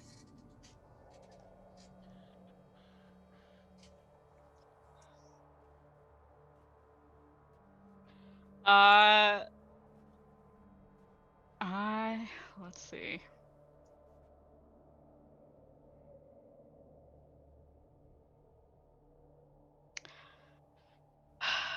I would like to... How nuclear am I going to go here? It's a city. There's spiders. I would like to cast in their direction giant insect.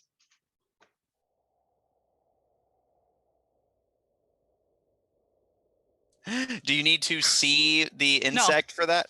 I don't. just anywhere there may be insects. Mhm. Okay, well, I would say, are you going to wait till they're actually in the city? No, Yes. I want to web them. Yeah. I'm not going to wait until they're too far away from me. I mean, we're also in a forest. There's bugs in forests. Okay. You cast giant insect, and waking up several spiders from their hibernation in the trees. Trees around you begin to crack and break as massive spiders that had been nestled like in the tree bark crawl free. The halfling immediately looking around in befuddlement and seeming almost like his attention keeps getting diverted to different things. He immediately just gestures to you, Taka, ignoring the two dark elves continuing to sprint away, and just, oh, you're gonna be a huge hit. And I'll just start laughing, but I'm gonna call over to the spiders. Don't let them get away. And the spiders, following that order, start making their way. And you want the spiders to attempt to web the two dark elves? Yes. All right, let me double check if that's an attack roll or a saving throw. I think it's an attack roll, but I want to double check. It is an attack roll, +5 to hit. I will say, because they would have to climb down from the tree, I am going to give them disadvantage on this because they can't outrun the dark elves. So it's basically now or never. So they're gonna have disadvantage. It's a +5 to hit.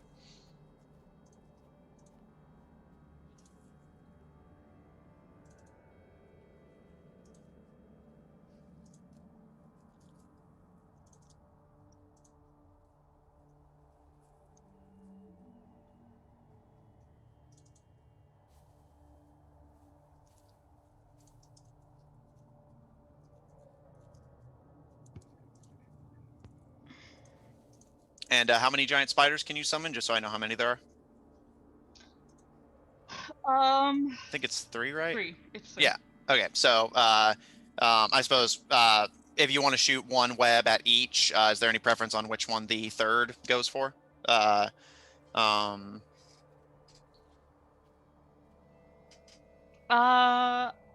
have the third one go for the one that initially recognized me. Okay. So 2 towards the one in the sequins and 1 to the suit. Okay. First web. You want me to roll? Yeah. It's a Okay. +5 to hit. And you said disadvantage? Yeah, because the spiders can't outrun them. They're the same speed, so they have to shoot now, or they're not going to get. Basically, it's never going to get any easier to hit.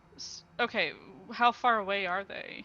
At this point, they're about. Let's see. They started sprinting. You summon the spiders. Spiders had to climb down the tree, get into position. I'd say they're about 60 feet away. Okay. Okay. So the first one, I don't even know what their AC is, but that one missed. I have it. Okay. So yeah, just +5 is to it hit. higher than an 8? Yes. Okay, just wondering. All right, so the. Oh, this one might hit. Okay, so this at disadvantage is a 19. Okay, and the third?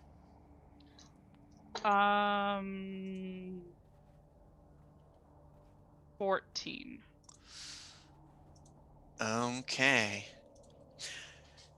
As your 3 spiders scuttle down the trees, the halfling watching in just this childish excitement as the spiders scuttle down the tree across the snowy grass and start launching balls of webbing at the fleeing dark elves. And you can see one sails by the woman in the sequins, and she kind of gives a yelp and like steps to the side. Her movements are very dexterous and smooth, but definitely has that like jittery like panic to it. The second one attempt strikes dead center, and her arms are immediately bound to her side as she falls to the ground and starts like kicking and struggling. However, as your remaining spider fires a webbing shot at the one in the suit, they had turned to see what happened to their companion, and seeing the webbing coming, they backflip, and the webbing sails over them as they land deftly in a 3-point landing, and kind of like do this like almost neck crack, and their expression goes completely dark as they start taking steps towards you. Seeming intent on if they can't flee, then they're going to fight. Okay. They're about to have a badass moment in the middle of a field with their storm clouds overhead. GG, mate. All right. How are we doing this? If everyone is okay with it, roll for initiative. Okay. I want to see this roll dodge lightning. Yeah, it's one opponent, so it shouldn't take too long. All right. There's the nat one. All right. Our dancer I've been gets to waiting for it. The dancer gets to go first. Okay. And do you roll for the spiders with giant insects separately, or is that... They're supposed to go on my turn. Okay, just checking. That's Okay. what the spell says. The dancer starts to step towards you. Their companion continuing to struggle on the ground. And they kind of look up at the sky as night continues to grow darker and the clouds block out any moonlight, and they give you a grin that like glistens against their dark skin, and say to you in common, really shouldn't have done this at night. And you watch as they vanish, and you hear this almost imperceptible, like something like wind rushing towards you fast, and they teleport behind you and are going to make a few strikes. I want to point out that if they're trying to get advantage by me not knowing where they are... Oh, it's not for that. They can just teleport to a space, so they're just basically getting closer to you without their movement speed. Got it. Okay. If it is at all relevant, I do have blind sight. Okay. Noted.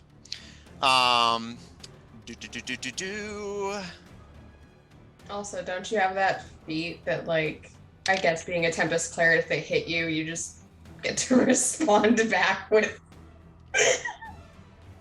Yeah, okay. Boom. Oh boy.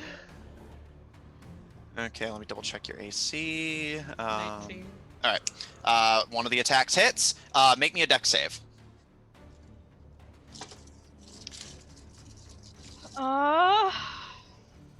16.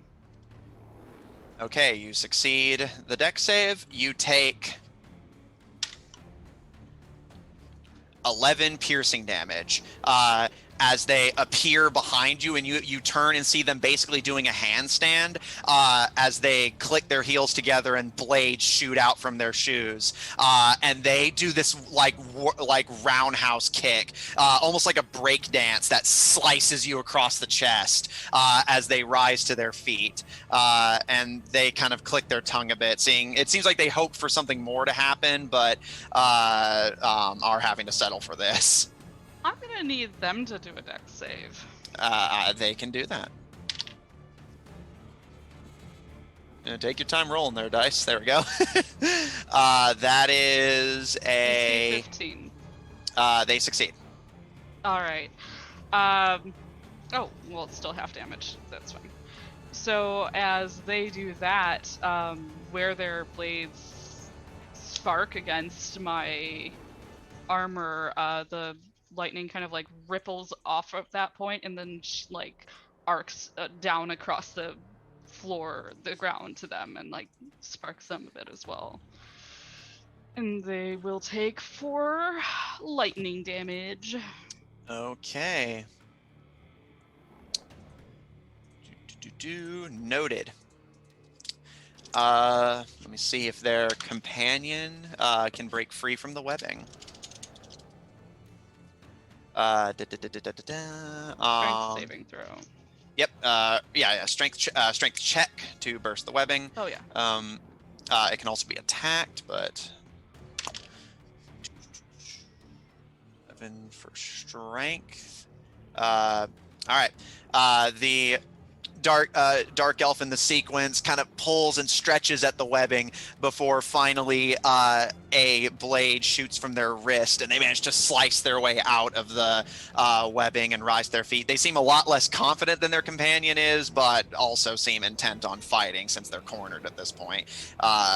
And she seems less focused on you and more focused on the spiders. That is their action to do that.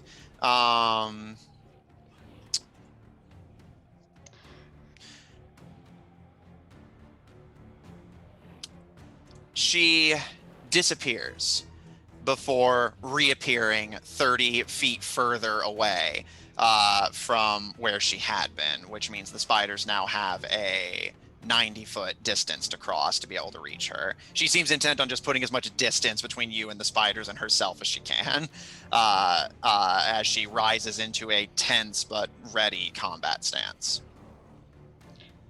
Okay. So I rolled for web rejuving on the spiders. I'm assuming it's my turn now. Yeah, your turn. Okay, so 2 of them got it back with a 5 and 6, and the other one got a 1. I don't know which ones. We don't have a battle map, so it is what it is. I legitimately wasn't expecting this to turn into a fight, so. That's fine. I'm gonna whistle and turn those spiders on the guy next to me. And 2 of them are gonna throw webs at him. And so they're not at disadvantage now because he's right next to me. Okay. Right, so... Yeah. Okay, so that's going to be a 14, which I think you said did not hit. Yeah, that misses. And then a dirty 20. That'll hit. As your spiders fling additional webbing at the dark elf attacking you, they, using you as basically a platform, you can feel their cold hands grip you as they basically twirl over your shoulders to dodge the first web, but the second one catches them on the spin around, and they fall to the ground restrained and like fighting and slicing against the webbing, still maintaining that eerily calm demeanor, but like glaring up at you, very upset. Okay, third one is going to try and bite him, which is at advantage because he's restrained. Mm-hmm. So that's going to be a 23 to hit. For, I guess we'll just take that, I don't know. That's a con save from him. Yep, which they succeed. Okay, 8 piercing damage and 7 poison. 3 poison damage. Okay, 3 poison and 8 piercing, you said? Mm-hmm. Okay. Okay, noted. Anything else on your turn? Yeah, that was just them. That was my bonus action. Mhm. I would like to turn, and since he is so nicely restrained next to me, I'm gonna grab for his throat. I would like to cast Inflict Wounds on this nice friend that I've got here. Okay. Which is at advantage. Mm-hmm. So that's gonna be a 25 to hit. That hits. Roll for damage. Cool. Cool.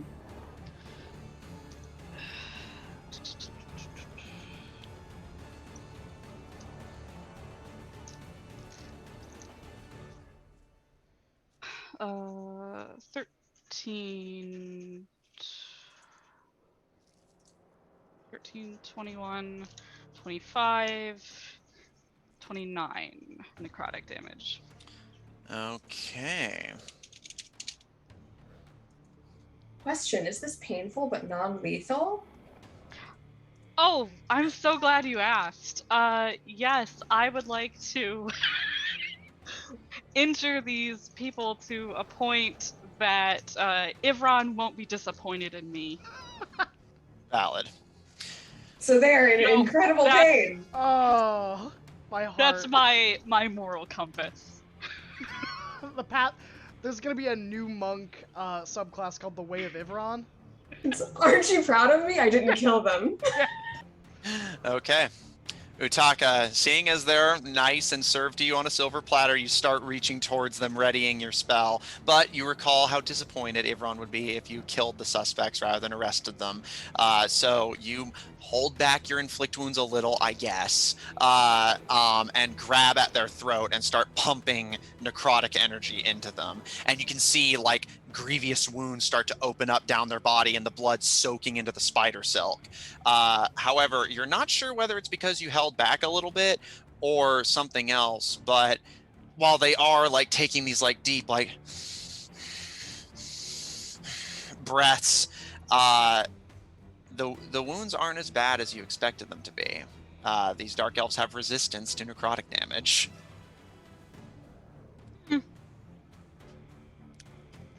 I will still look up ominously from this one to his companion, just across his contorted and bound body. Okay.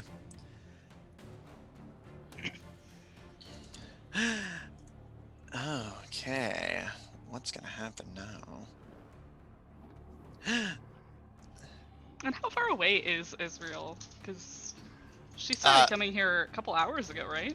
No, she started coming here like a few minutes ago. Oh, okay. I know we're bouncing back and forth, so the timeline's yeah, I a had little. timelines weird. Oh, this is interesting. Okay.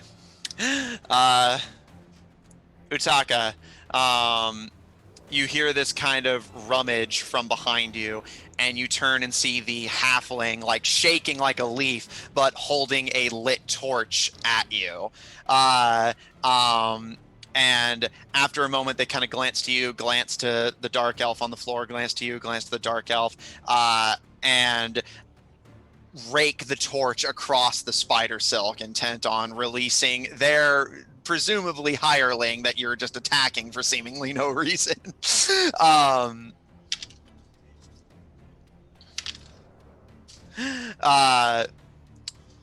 However, as he's attempting to basically like light the silk aflame to make it easier for her to get out, it does seem like it destroys the silk, but it just ends up burning her, and she has to like pat like the flames on her clothes. And you can see some burns on her shoulders and arms as she like hisses at the halfling, "You idiot!"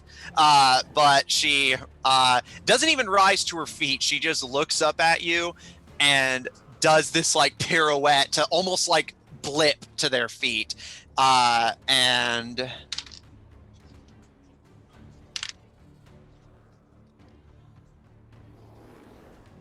make me another dex save.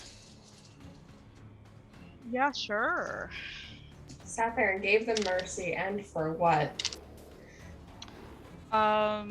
This is going to be a 15. Okay, you still succeed. You take 11 piercing. However, there are movements, but they're between the burns that they're still patting out. They're basically simultaneously kicking at you, patting out the burns, and dodging future strikes, which means you have an opening. You can take an opportunity attack if you want.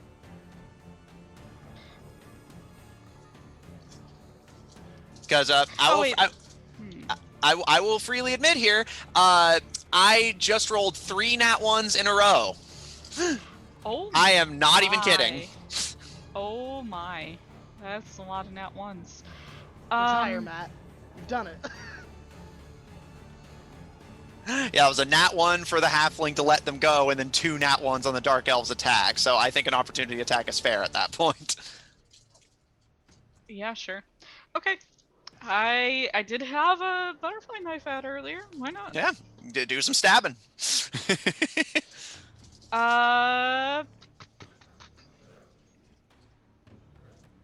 a 15 hit?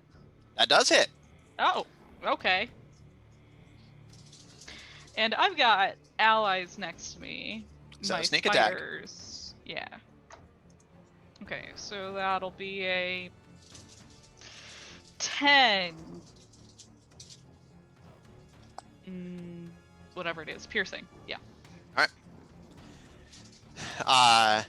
Sensing an opportunity, you jab the knife into their side, and the two of you end up in this kind of messy fumble of blades and dance moves before the dark elf pushes themselves away from you, and looking around at you, the spiders and the halfling, they give a low growl and disappear, reappearing 30 feet towards their comrade, and they start making a run for it.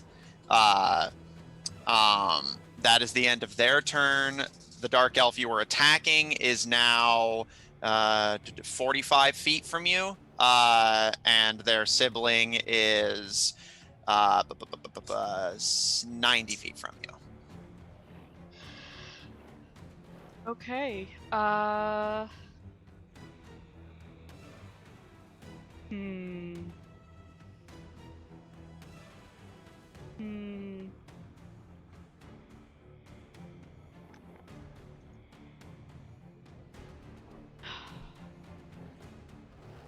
Yeah, okay. So then I guess I'll roll for the...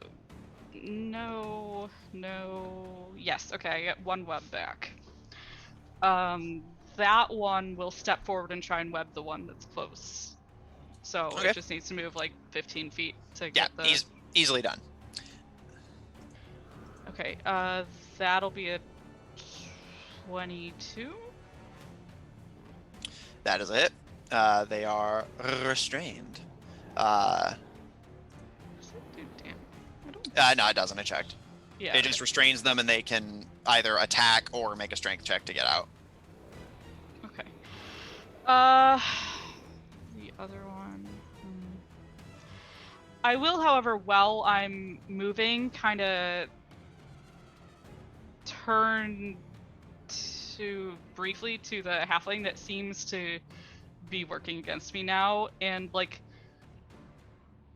I think maybe just for flair, like a bit of like sparks at his eyes as he like looks down and says slowly in halfling, "You wouldn't want to anger your god, would you?"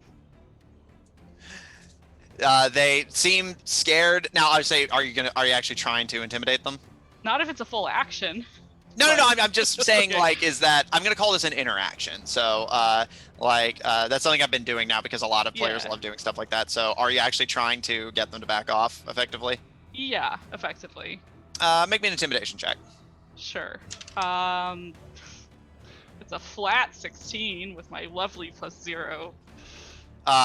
They seem terrified but hold their ground, and just, yeah, but law says got to protect the employees too. And he kind of jabs the torch he's holding at you, seeming intent on just using it as an improvised weapon. He's scared, but he's gonna protect his employees to the best of his ability. Man, I guess you gotta die. Just wow. Yeah, wow. Rip halfling guy. If only he knew that they were cultists. As far as he knows, Utaga's just attacking circus performers. You know, I find it really suspicious. I mean, they were running away from him first, and we're just about to desert him, and yet he still feels like he must really love these dark elves. Yeah, They must just really bring in the money. What a good boss. Really willing to stand up for the little guy. Utaka, what do you want to do? Since the other two spiders can't reach anyone with an attack this turn, they're both going to dash and try and get in melee range with that guy. One in the suit? chick. Yeah, Oh. the closer chick. That is the one in the suit. Yes, sorry. Okay, so, easily done. They, with their dash, can absolutely reach and basically flank them on both sides as they continue to fight against the webbing. As you find yourself now dealing with a terrified but protective halfling ringmaster, as the two dark elves seem intent on more just getting away at this point than actually fighting you. We'll come back to you. Okay.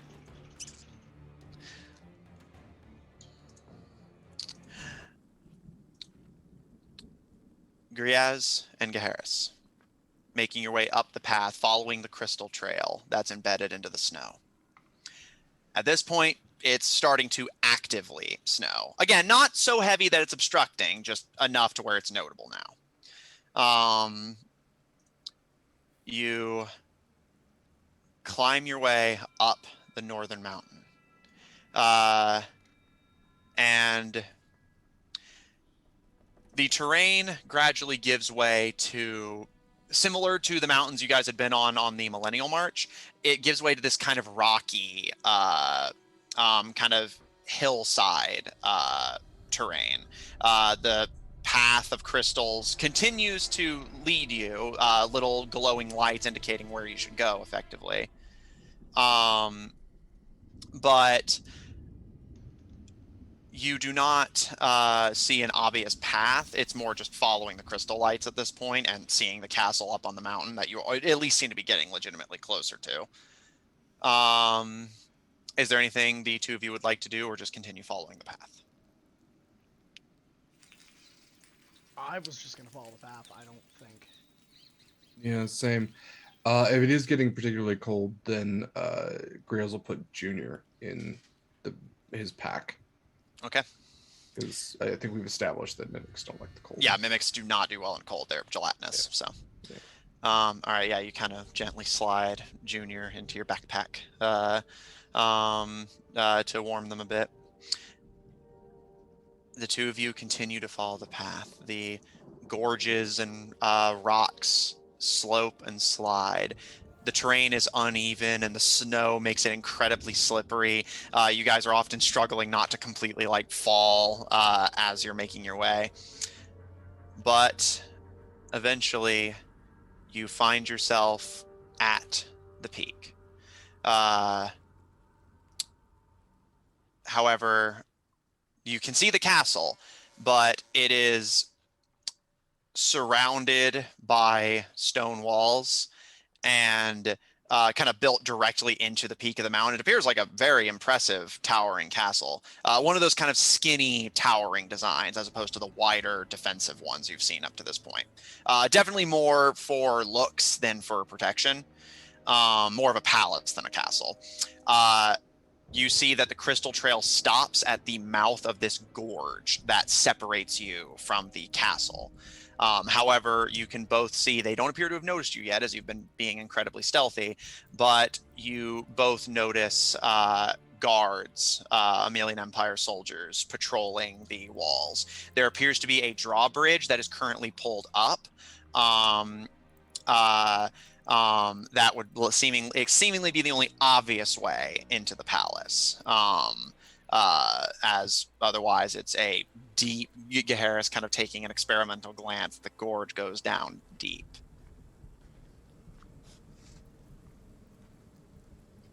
I don't suppose that you could turn into a bird and carry us over? Not currently in my repertoire. I could turn it into something that jumps, but I ain't mastered the whole flying thing yet. That is fine. How deep of a gorge, or not deep of a gorge, but what is if I had to estimate the width? Distance? Yeah. The distance appears to be about 45 feet. Do you think you could jump that distance? With you on me? That is math. Hang on. I'm doing a little bit of mental calculation here. I'm thinking, oh, that's so close. I have turned into something in the past that allows me to spring 30 feet. Oh, it's one of the, it's that serpent, isn't it? Yeah. The Jackalai. Yeah. So that allows me to spring 30 feet. But that's missing about 15 feet plus a heavily armored rider. Yeah. Yeah, that's Turn a into a long way to jump. kangaroo. Okay. I've never seen one of I've definitely those. seen a kangaroo jump 45 feet in one jump. I don't know what those are. That is why I'm very sad I've never seen dinosaurs, because that is also something that I could turn into. I could turn into something that can climb down, but that's a pretty deep ravine. We've been doing that for a while. That is fair. How far away are the guards? The guards are on the wall, so about 55, 60 feet away from you. If you're at like the edge of the gorge. Man, if only I had suggestion, right? Spec, lower the drawbridge, man. So I guess should we just go out? Should we just say, hello, please let us in? Yeah, or I could, I don't know, I could maybe turn into a giant spider and make some webs. Does that make sense to me? I was really hoping you weren't going to say that. Would you prefer that, I mean, I am fine with this. Is that plan? Just... I could walk on the webs, but I wouldn't be big enough to carry you. But if you get to the other side, you could just lower the drawbridge. Hey, yeah, that's not terrible. Okay. As long as one of us All gets to the other side, we should be fine. This feels like a riddle. Okay, yeah. Yeah, okay. Neat. I think I've seen Utaka have one of these before. He will use his last wild shape to turn to a giant wolf spider. Okay. Extra long legs. Yeah, oh, Jesus. You transform into a giant wolf spider that has the longest legs you ever did see. Same like color variation as Griaz too. All right, so swamp spider, favorite superhero. What would you like to do? So they don't necessarily have like an ability that's like web shooter. Yeah. But it does. There's webs that are mentioned several times. There's spider climb, there's web sense, and then there's web walker. So it's kind of hinted that there is. Yeah, it seems like they have the used. ability to spin a web. It just doesn't. It's not like an in-game ability. They're basically not as good at it as regular spiders. It's not an action. I think it's kind of like the intent is that a web is already supposed to be there when you encounter one of these. So there's not a lot of rules written for it. So yeah, so I'd say I'd be willing to allow you to basically try and spin one, but it might take you a while. Yeah, I'm willing to roll because I mean basically he just needs enough web to get across. So if you think about, I mean that's 45 feet, but the average spider is able to, dispense web in a certain direction, and I mean if you're also calculating by size, it's not totally out of the range of possibilities. And an average spider is able to traverse a single threading of web, so he would just need to make one that would be able to go far enough. And it would be like thick and nasty, but It'll have to do. Make a survival check. Okay. And if any of the guards on the wall look like they are about to take pot shots at my boy, they're just within darkness range. Okay. Speaking of, Griaz, if you want to do this without getting noticed, make me a stealth check as well. Mm-hmm. Okay. So stealth uses the spider dex, so that is 25 for this. Actually, they get a +7. How did math just stop working? So 27 for the stealth, and then that was it was an 18 for survival. Okay. Garrus watching the guards, who thankfully do not appear to have noticed. You can see most of their attention is either on the surrounding trees or on what's going on in the town below. And Griaz goes undetected as they start to spit, slather, tie, spit, slather, tie, like loosening up thread, kind of slinging it as they go. It takes some doing, but after I'd say maybe about a half hour, you're able to get a functional, basic web thread that you could cross with Gaheris on your back. Oh, he's not even trying to cross with Gaheris on his back. He's only a medium-sized creature. Okay, so he is not. Yeah, he is not able. The plan is to get Griaz is across gonna let and down lower the gate, and I'm gonna walk in all triumphantly, like I'm gonna take over this place. Right. That's what's gonna happen. That's how I see this Okay. going down. Is then just So yeah, immediately Griaz just surrendering. needs to get across. So he's gonna get across, and then just kind of like turn around on all 8 legs and wave with one of his little palps.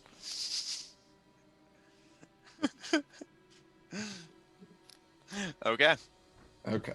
And then so are the drawbridge. Are the guards like guarding the winch or the chain? Is there a gatehouse? You can't see where the winch is. It's on the other side of the wall, so you'll have to climb up onto the wall and down the other side, or at least onto the wall to be able to see it. Yeah, he's a spider. He'll do that. Okay. And make me another stealth check, please, because you're getting like right next to where the guards are patrolling. So Sure. That's fair.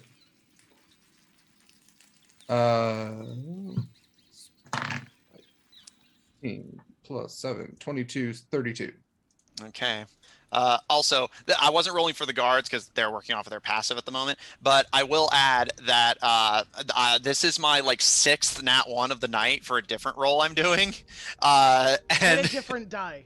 Or roll like a these die. dice have these dice have always been faithful. It's not the dice; it happens. My luck tonight is just terrible. D&D gods just want us to look really cool. Hey, I'm I willing to guess allow. so. I'll allow that. Okay, so Griaz, this horrifying visage of this like massive long-legged spider crawling their way up the wall silently as the guards are completely oblivious to what's happening. You kind of carefully make your way over, and peeking over the side of the wall, you can see the winch is at essentially at, there's a small hut next to it, which appears to be unoccupied at the moment, and the winch out in front of it. There is a set of 3 guards protecting it directly, but if you can potentially like release it without the 3 of them noticing, the drawbridge may open before they have a chance to stop it, or if you could get the 3 of them away from it in some way. But yeah, the winch appears to have 3 soldiers protecting it, but it is accessible from the outside. You don't need to get in anywhere to reach it. Okay, so he's up on the wall looking down. Yes. Perfect. Are there any guards on the wall? Yes, they're patrolling basically, but they don't appear to have noticed you yet. Okay. Okay.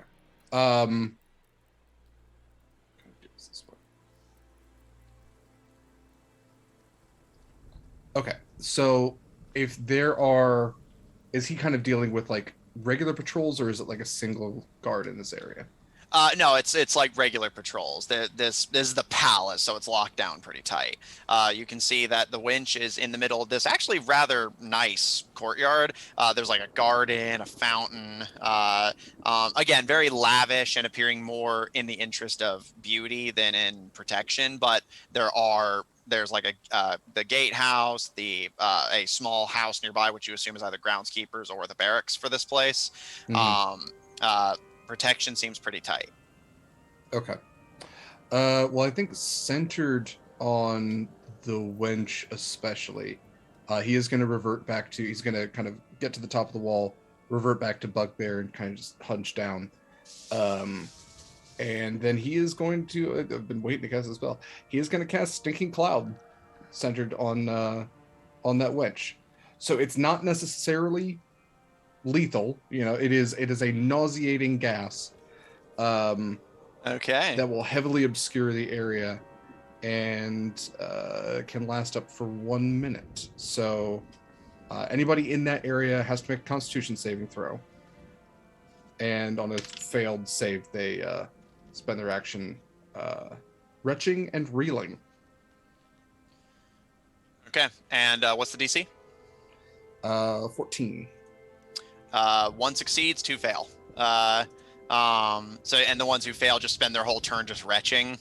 Mm-hmm. Retching and reeling is what it says. So I'm sure they could flee doing that. Okay. But yeah, it is a pretty awful. It's Swamp Stench. All right. Griaz, crouching low to the ground, you tune in to your druidic magic and cast your spell. Immediately, this globule around the winch is covered in this heinous swamp gas. 2 of the guards immediately start to cough and like this kind of nauseating like gurgle sound whenever you're having like bad reflux. And while they're reaching for their weapons, they're like wiping away tears in their eyes and coughing and just awful. 2 of them immediately just bolt out, just trying to get away from the smell and just out into the courtyard. While 1 is still coughing and like tears are streaming down their face, but they have not actually moved yet. However, you have knocked down the patrol from 3 to 1, and all 3 are definitely distracted, if nothing else. I will say before you do whatever you're going to do next, Geharis, as you can just hear absolute chaos erupt behind the walls. Oh, I have something I'd like to do even before that. Go for it. So I would have pulled the black-plated face mask from my helmet down. Sword is drawn. And the wild magic D20 I have palmed in my shield hand. And I am going to cast Shield of Faith on myself for an additional +2 AC for the next 10 minutes. As I draw like the Sword of Nightmare, like the wisps of smoke that kind of cling to like the tendrils of the blade just kind of wrap around my armor. And then I just wait. Now you can tell me what you want to do. What's going on? Okay. You can see the soldiers on the walls immediately start to panic and go for their bows and like knock arrows, they're looking out in the surrounding forest, expecting a potential attack. Looking around in the courtyard, maybe it was sabotage from the inside. I think if I noticed them do this, I would have just dropped a globe of darkness right centered on them.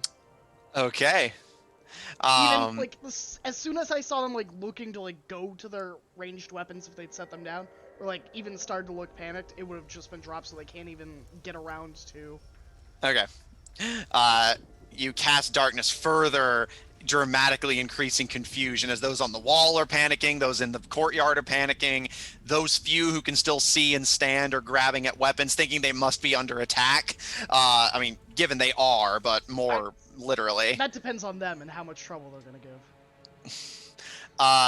However, Geharis, as you're like just enjoying the effects, as you wait for Griaz to lower the drawbridge, you hear this kind of crunching sound in the snow behind you, and the small and as you turn, you see a small figure, humanoid from the looks of it. They're dressed in this much too large for them green jacket, and which has like a hood kind of thrown over their head. And as they turn to look at you, seeming aware that you've spotted them, you can see that they're wearing a mask, a very basic wooden mask that covers the bottom half of their face, and this kind of nest of almost white blonde hair that's just kind of wildly unkempt around their face. And you can see a brilliant pair of blue eyes over the mask. Do I recognize the mask? Like, is it a Assassin's Guild mask or? Make a history check. I'd love to. You know what? I'm gonna use my last nat 20 that I have gotten from chat. Just tell me what it is. It's not a very common one. but this is a mask that has at least historically been associated with the Thieves Guild.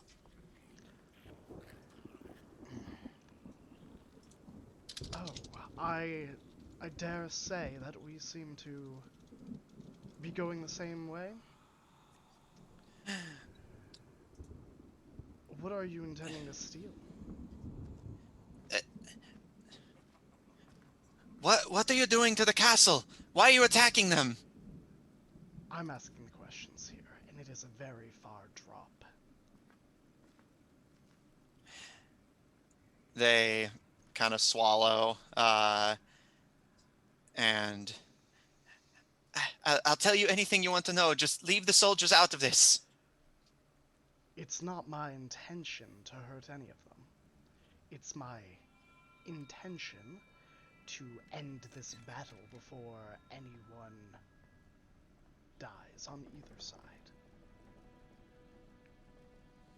The quieter I am about this, the less fuss there's going to be.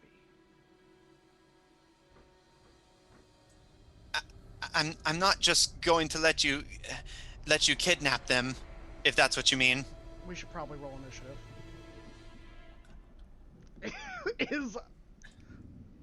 Yeah, we should probably roll initiative. Okay.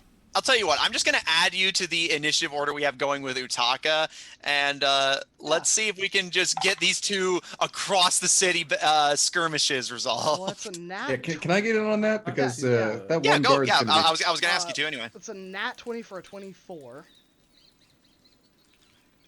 Just want to remind everyone that you should have 13 temp HP, and Graham, you also have an additional 5 HP because Ivron cast 8 on. Oh yes. Harris. Thank you. Thanks, Dad. Thanks. Yeah. I had a 17. So I forgot to mention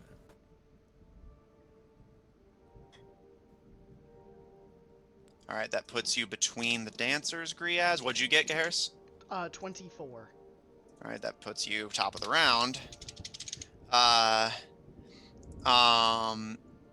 And let's roll for this mysterious figure. That'll put them here. If we're restarting combat, I still had an action. My turn wasn't over. Okay, go for it. And then we'll be at the top of the round once your turn ends. So go for it. Okay. So I was 45 feet away from the dude, the chick. I will move 30 feet closer. Okay, you're now 15 feet away.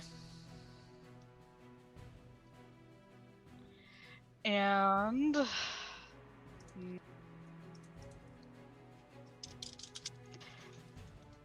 okay.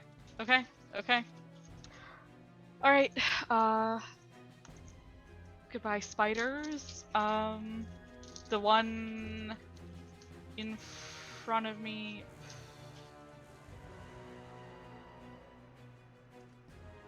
Actually, yeah. Okay. I guess we're just doing Call Lightning. I don't have that many other options right now, so. Okay, which one of the two are you directing this at?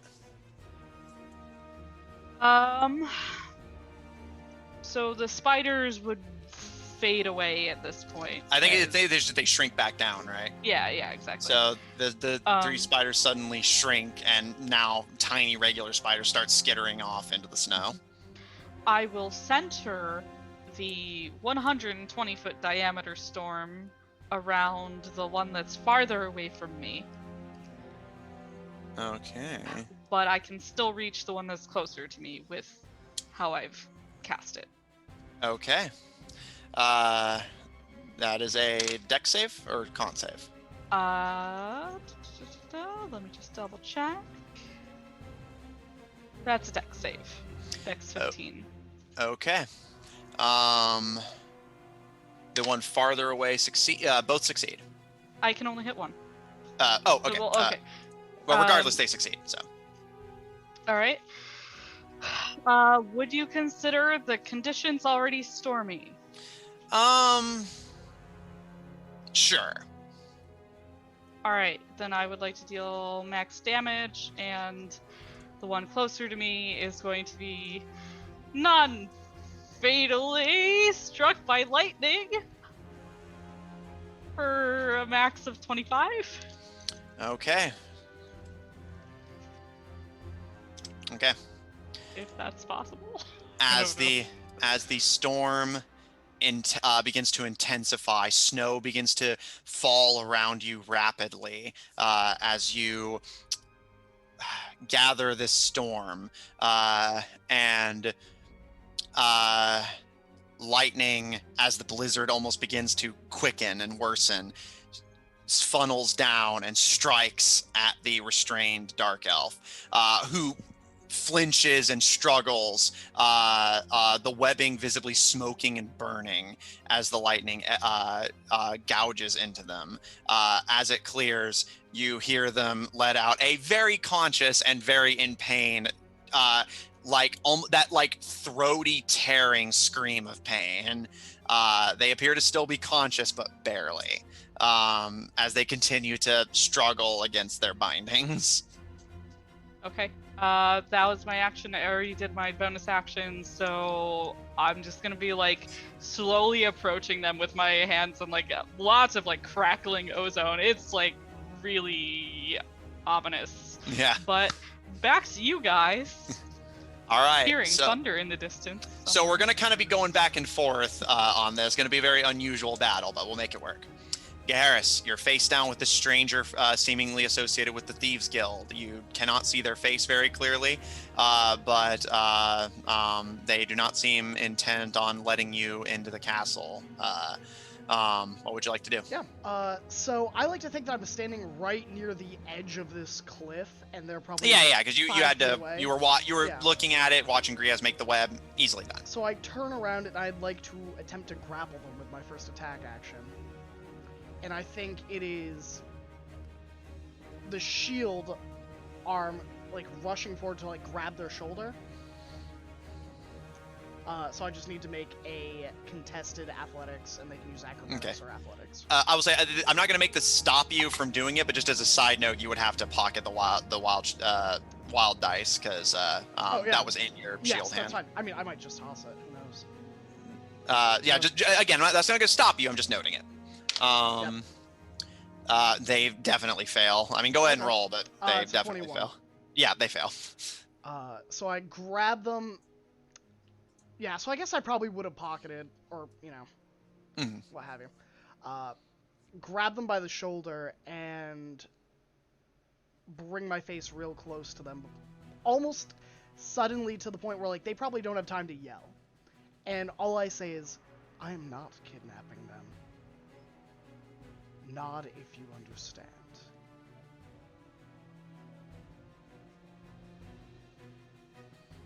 They have like 2 seconds to choose, because if they don't nod, I am literally going to drag them to 5 feet and throw them off the cliff. Make a persuasion check. I would say this is intimidation. Make an intimidation check. I would love to. That's an 18 plus 6 for a 24. They, with the 2 seconds you're giving them, glance to the gorge, glance to you, your armor, your like everything, and just, okay, I'll show you the way in. I'll let you in. Just please don't hurt any more of the soldiers. I haven't hurt anyone. I'd like to keep it that way. And then I will hold my sword up and go, after all, the gate's going to open for me shortly. They're expecting me. And then we can pan over to Griaz. Yeah, we're about to get to him. All right, so Garrus. I am maintaining my grapple, I will say that. You haven't let it go. Noted. Next up is the halfling. Utaka, you went 30 feet away, so he's gonna run 30 feet. And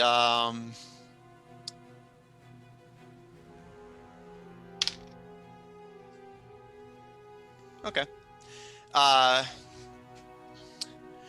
Utaka, you hear this kind of like heaving sound of someone picking something up, and as you turn, I need you to make me a dex save, please.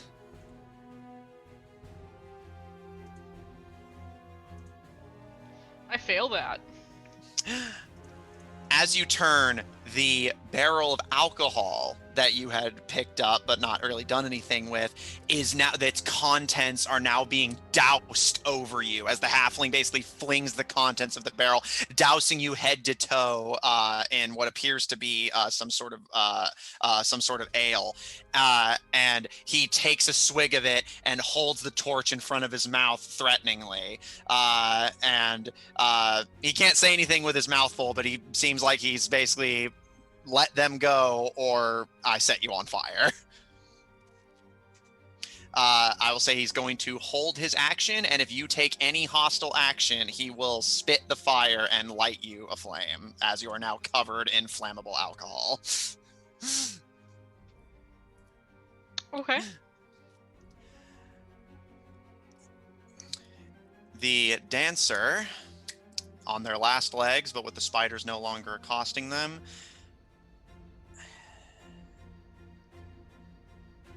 the dancer vanishes again, reappearing 30 further feet away, now 45 feet from you.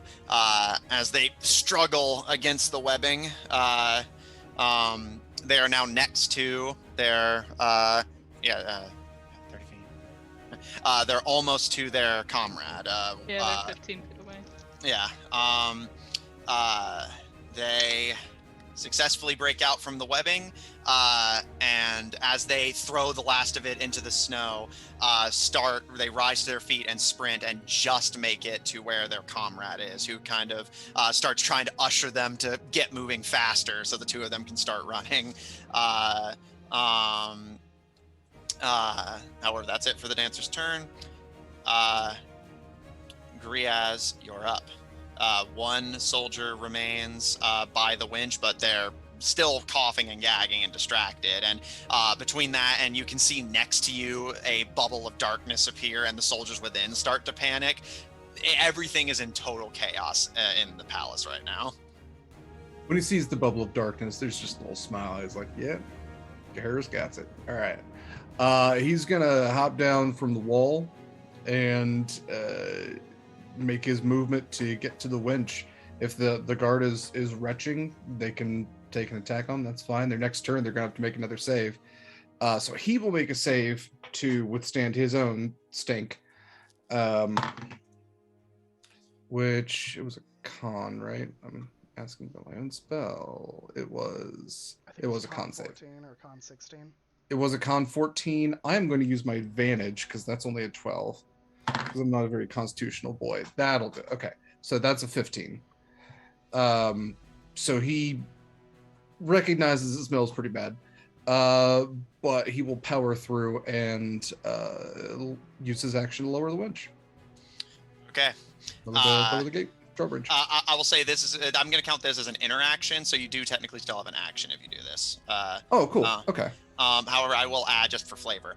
As you hop down the wall and start charging in, holding your breath against your own swamp stink, you grab at the winch and tug, and as it comes undone, the chain immediately starts to unfurl, and Gaharis, you and the stranger watch as the drawbridge drops across the gorge. And Griaz, the soldier who was still remaining at the winch, turns and, like, through their tear streaming eyes, try to level a crossbow at you, but they don't even, like, actually fully commit to the attack. They just start coughing and fall into the snow and just fuck, and start, like, clawing at your leg, just trying to do anything to stop you from opening the bridge. They're literally just too much suffocating on this swamp gas to actually consciously fight you properly. How are these guards armored? Are there like variations, or are they all wearing the same thing? In terms of armor type or armor, like are you looking for like what kind of armor it is, or what like are leather or metal is what it's leather. Okay, all right, cool. In that case, he doesn't want Harris to walk into a stinky house. So with his action then, he is going to use wind wall and kind of make himself the center of almost like a wind tunnel, like the center of a hurricane almost. So that is going to. Boy, that's a lot of wind. Okay. Oh man, I'm strong. It's up to 50 feet long. I'm not sure I need that much. That is a lot of wind. That's a lot of wind. Okay, so well, I guess he'll take a step back. Let's say that. So he will create a wall of wind, kind of, to push this person away. So that will dissipate the gas, and I will need a strength saving throw. And if they are clawing at his legs, that they might be prone. That might be a disadvantage. Yeah, I'll say they're prone. They rolled a nat 1, so. Okay. So that's All my right. 7th nat 1 of the night. I want to say this is non-lethal, but at the same time, like, can I control that sort of thing with wind? I'm going to say, yeah, because there's an important follow-up question. What did you say the range on this was? 50 feet. It's 50 feet, 15 feet high, And 1 foot thick. is the wind just blowing them away from you? Yes. Okay, noted. Because I should remind you there are guards on the walls. Right. So this guard's in front of him. There's guards on the wall behind him, right? Yes. Okay. Like, yeah. Then he might try to make, like, almost, because it also defends against any, like, projectiles being fired. Mm-hmm. So he might try to make almost like a half circle if he's got 50 feet. So he's trying to dissipate wind, give himself a shield to the back, and then push this guy away. And then get this guy. Okay. Yeah. That's doable. So that guy I is going to figured you'd be upset if you accidentally killed a bunch of guards there, so I figured I would check. Yeah, not trying to necessarily murder anybody. But if this was that's time not good for us diplomacy. to murder without Ivron knowing, this is the prime time. Yeah, just we're agreed. Like a bunch of guards Wilhelm scream as they fall into the fucking gorge and just, we're agreed we're not telling Avron about this, right? I mean, oh, yes, absolutely. At that point, I would just have to drop the thief off the drawbridge and be like, So he is going to take 13 points of bludgeoning damage, and he will be pushed back. Okay. The soldier is pushed off of your leg by the intense gale force you conjure. Much like Utaka, hours away from you, controlling the weather, almost worsening the blizzard as these magical forces intermix. The guard is basically put ass over kettle rolling away from you, and they appear to be unconscious by the time the rolling stops. Oh, Pokemon rules. Cool. Well, because you said you wanted to do this non-lethally. I would prefer to, yeah. So this guard is unconscious as he basically like ass over kettled his way across the courtyard. And these gale forces rocket around you. The guard goes flying and rolling. The swamp gas is filtered up into the air and begins to dissipate into the clouds. And you now at least feel like you might have some protection. Because the guards probably have noticed you now. I think stealth is out the window. But the drawbridge is open. Is there anything else you'd like to do, Grias? I have bonus actions now. Thanks, Rogue level 2. What are those? I would like, I think I have a bonus action that I can hide. So I would like to see if I can just take some cover. Okay. Yeah. All right, make me a stealth check. Yeah, that's a 19 plus 9. So I should mention that the other thing I had for stealth, what is the name of that spell? Pass without trace? Pass without trace, yeah. That is no longer in effect. Yeah. So it's 28. Okay. As the guard goes flying, the two who are still just retching on the stench and are only just starting to collect themselves, you hide in the hut of those who presumably provide for the winch, to give yourself some cover as the gale forces you create have drawn a lot of attention. Is that the end of your turn? It is, yes. Next up is the remaining dancer, who they are terrified but do not want to abandon their comrade.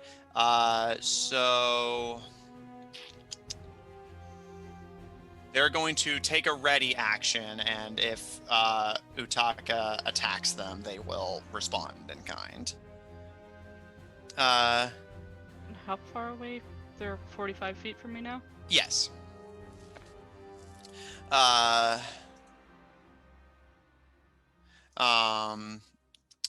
right, but that's it for them. It is now the thief's turn. Gaharis, as the drawbridge comes down, and you can see a guard go flying, and like there's like panicking and retching from inside the courtyard. The thief looks to you and just, I thought you said you weren't going to hurt anyone. I said I wasn't going to kill anyone. You can see the eyes that you can see are furious, but you can see there's fear there, but it doesn't seem to be the kind of fear as in they're afraid of you, and more a seeming sincere fear for those in the palace. They're not going to do anything on their turn. Smart Utaka. move. Probably the smartest move they've made in their entire life.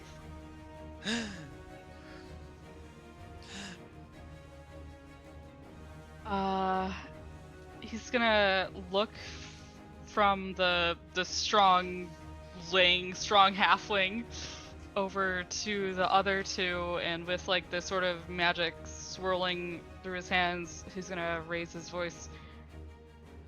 You can come with me, or I can kill him.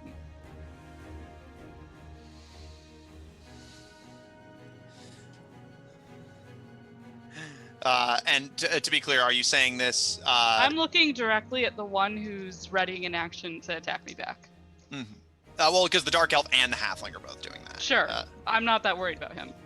Okay, so you're threatening to kill the Halfling if the Dark Elf didn't.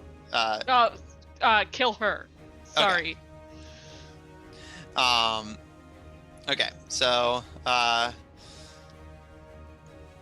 the Dark Elf kind of looks to their comrade who is badly wounded, and the Dark Elf just kind of shakes their head at her. Utaka, make me a persuasion check.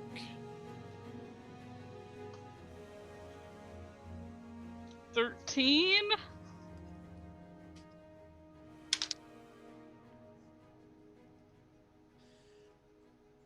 The Dark Elves do not drop their combative stance, but the one you had addressed does respond.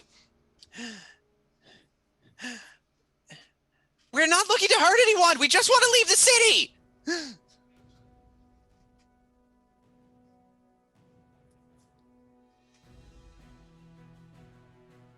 Insight check. Make an insight check. Are these folks... They're actually children of Red Sight, right? They definitely seem like they have the same equipment. They immediately recognized you and reacted with fear. They did immediately recognize me. Did we ever confirm if they were not controlled by Ringo? Like, nope. Magically compulsed? Nope. We have no idea, but if they're gonna sit there and run at first sight of us if they were magically controlled... You disintegrated their boss's face! They would be happy if they had been compulsed, though. I am like their nightmare, aren't I? Arguably, they should have just like thrown their hands up and gone, please don't kill us. Yeah, really, that's the smart move. The smart move is just be like... Yes, because Utaka is famously known among the Children of Red Sight members for their merciful nature. To be fair, they would have to be able to talk to the ones we likely. captured, which none of them would be able to. Like, they're definitely would have been more likely to have prevailed upon his sense of mercy before they started trying to kill him instead and run away. Like, they only made their odds worse as this entire entanglement. All I tried to do was restrain them. At first, I didn't hurt them. They hurt me before I hurt them. So, what was your insight, Utaka? Right. That's gonna be a 26. She does seem like she's being honest. They genuinely just want to leave the city and have nothing further to do with what's happening. Okay, but I wasn't necessarily only insight checking if she's lying. I'm trying to figure out if she's the people I'm looking for. Yeah, yes, I'll say, given that, Okay. again, they recognized you, Yeah, they seem yeah. afraid of you, they seem like they at least know who you are, but what their relationship was in that situation, you don't know. But yes, it seems like these are the people you're looking for. You know who they are, but they are being genuine that they just want to leave the city. They aren't interested in causing trouble. Okay. He's gonna take a moment and listen to that.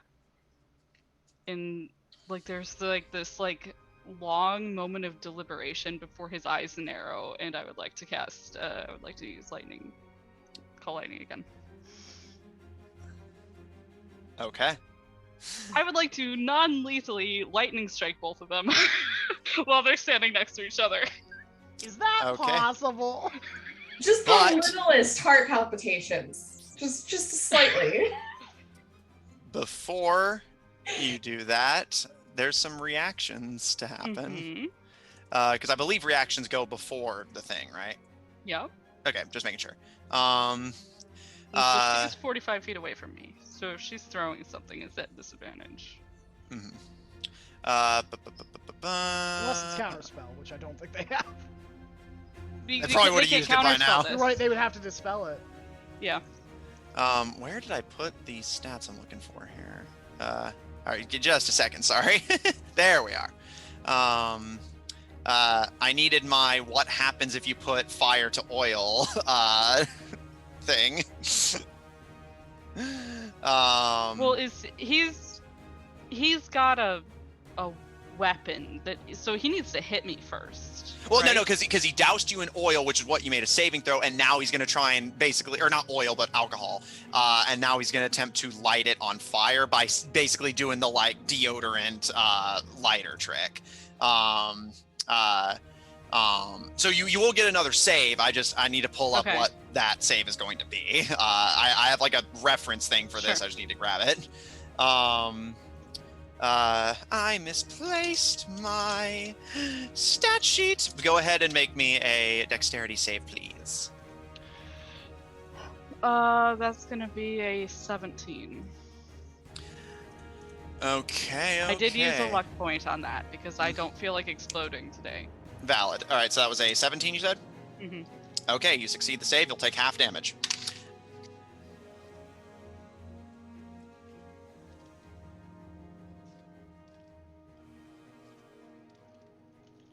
All right, you take 18 fire damage. As the moment you start doing the incantation, the halfling spits further alcohol at you, and it and the stream of fire it creates and the flammable liquid now coating your body erupt into flame. And as this happens, the dark elf, again, seeing you doing these incantations, vanishes, reappears 30 feet closer to you now. As they basically roll along the ground, they do this rolling kick. They get 5 feet closer and make an attack on you. So she's still 10 feet away from me. Yes, she is now 10 feet away from you. Do we need a concentration saving throw for? I did. I rolled. That is a hit. Make me a dex save. 22. Okay, you succeed. You take 6 piercing damage, but do not suffer any additional effects. You may I now. did maintain concentration. I used inspiration on one of them. Okay. Go ahead and Other roll for person. call lightning now.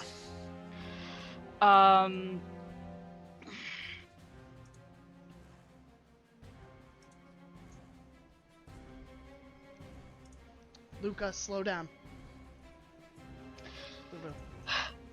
So she seems like the more inexperienced of the two, right? From what I've gathered. Yeah, she seems really nervous and jittery and not wanting to be here.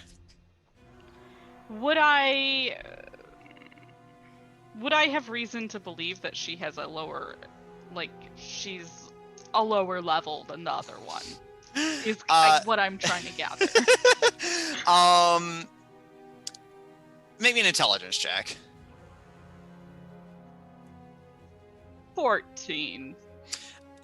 You're not sure. Okay. She seems like personality-wise a little inexperienced, but you can't imagine that there would be a huge discrepancy given that they seem to know each other and have the same line of work. So you can't imagine the discrepancy would be that huge, but you're not sure.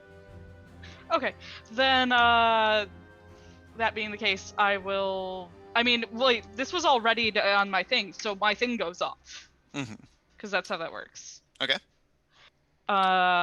So it's going off where I said it was, which is over there. Okay. Where the guy is, the chick is with the suit. Okay, noted. So dex save from her. Got it.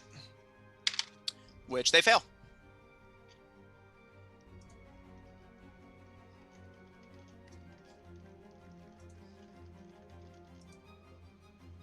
I would like to non-lethally strike her for 50 lightning damage. Is that a thing I can do? Yeah. Okay.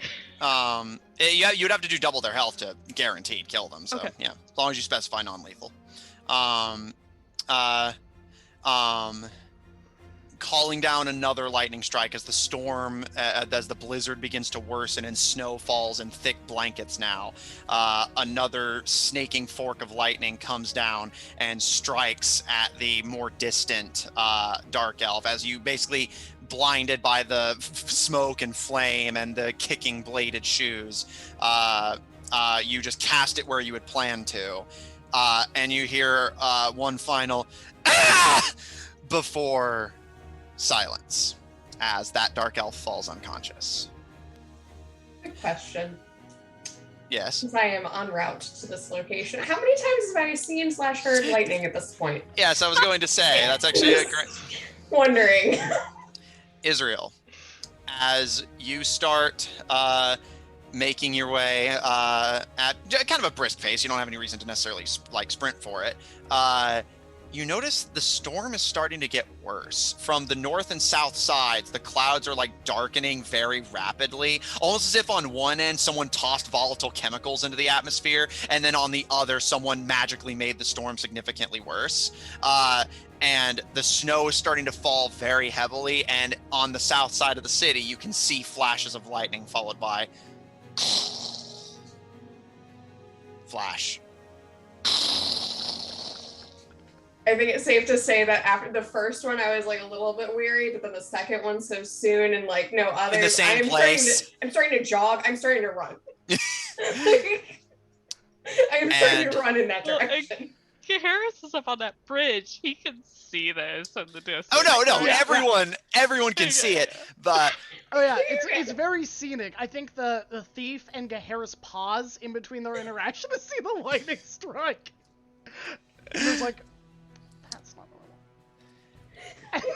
Then a second one comes down the Ivron, as you sit in the barracks, writing up a treaty of truce, you hear the occasional distant thunder, but you recall that Griaz predicted a storm would hit tonight, so it's likely just on the way. And you're glad that the battle is over before the storm gets here. You can see blankets of snow beginning to fall a little earlier than Griaz and Utaka thought it would be, but nothing to be worried about, you imagine.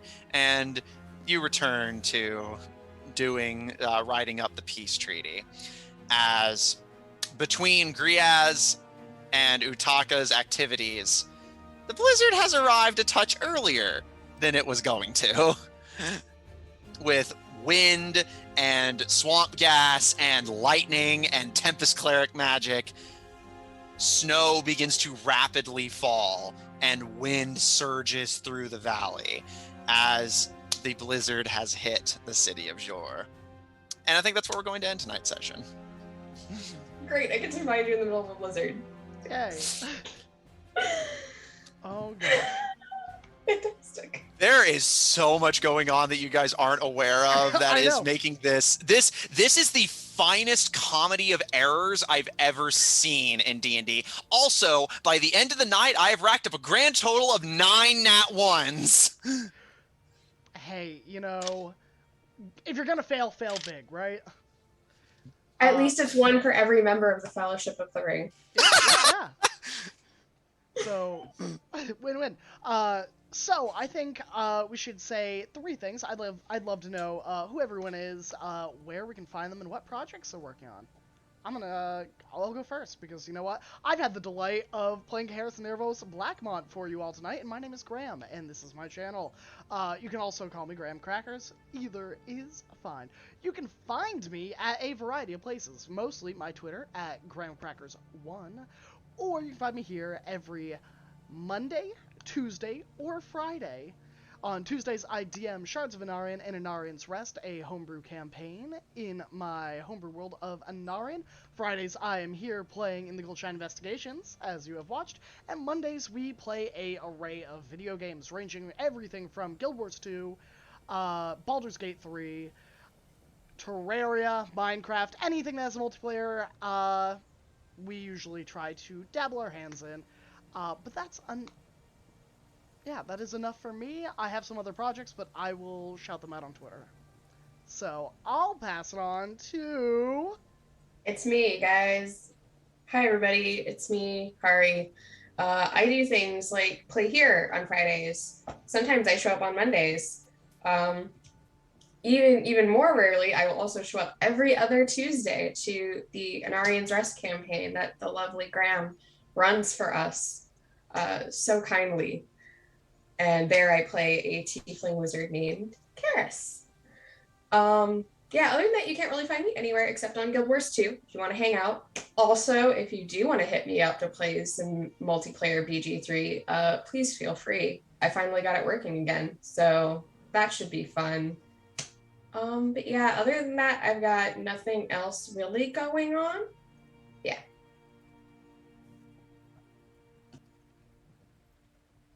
I guess I'll go next. I was Matt, your DM. I played everyone who wasn't the party. I was a thief. I was a halfling. I was 2 circus elves. I was a lot of things. I was also the weather. And speaking of weather, this is Weather Griaz here to inform you about some of the other projects going on. If you liked my DMing and want to see more of it, check out Odd Tornado Productions on Twitch and YouTube, where at 9:30 Central Daylight Time, I run 2 other streamed games. On Mondays, Under Locks and Keys, featuring a party of globe-trotting treasure hunters gathering the artifacts of the gods in hopes of combining them to unlock an even greater treasure that lays beyond their reach. And on Tuesdays, of Black Ink and Blue Blood, a politically driven campaign featuring a party of nobles trying to unravel a political conspiracy if they can stop trying to kill each other long enough to actually unravel it. They've actually just restored the paladin brother from this campaign's name to his homeland by overthrowing the Dark Elf Thieves Guild that had bought the Baradel. So congratulations, several hundred years in advance, Ivron and Garrus. Other than that, I also run several paid games, so if anyone wants to experience my DMing for themselves, feel free to PM me. There will always be a spot at my tables for you, and I can always put together new ones if need be. And other than that, if you want to see my writing endeavors when I don't have a party to contend with my amazing roles tonight, and they're genuinely amazing roles tonight, check out my webcomic Undercommon on Webtoon and Tapas, also taking place in the same campaign setting, featuring one of the first goblins to ever become an adventurer. If there's anything I missed, or you just want to see more, check out Odd Tornado Productions Official on Tumblr, where you can find links to all sorts of stuff, including the Hummelverse, whose t-shirt I'm wearing right now. They do a lot of really cool stuff. Highly recommend it. That's about it from me. I'll pass it off to I'll take it. you. It's me. I'm Pharaoh. I played Utaka, and for that, many apologies. You can find me also here every other Tuesday as Sinra Starmain, the Leonin, Paladin, Warlock, who's in a strange place in a strange time, and we're riding towards a dragon. So that's going to go really well for us, I'm sure, and nothing could possibly go wrong. Other than that, all the rest of my projects are off stream, including the semi-feral cat that I just caught today. So wish me luck. Uh, and speaking of people who like semi-feral monsters, off to you, Derek. Oh wow. Oh geez. Oh golly.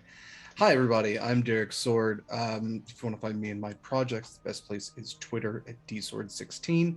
A lot of my personal projects are on hold right now, as I will be moving and lots of transition and all that kind of stuff over the next couple of months.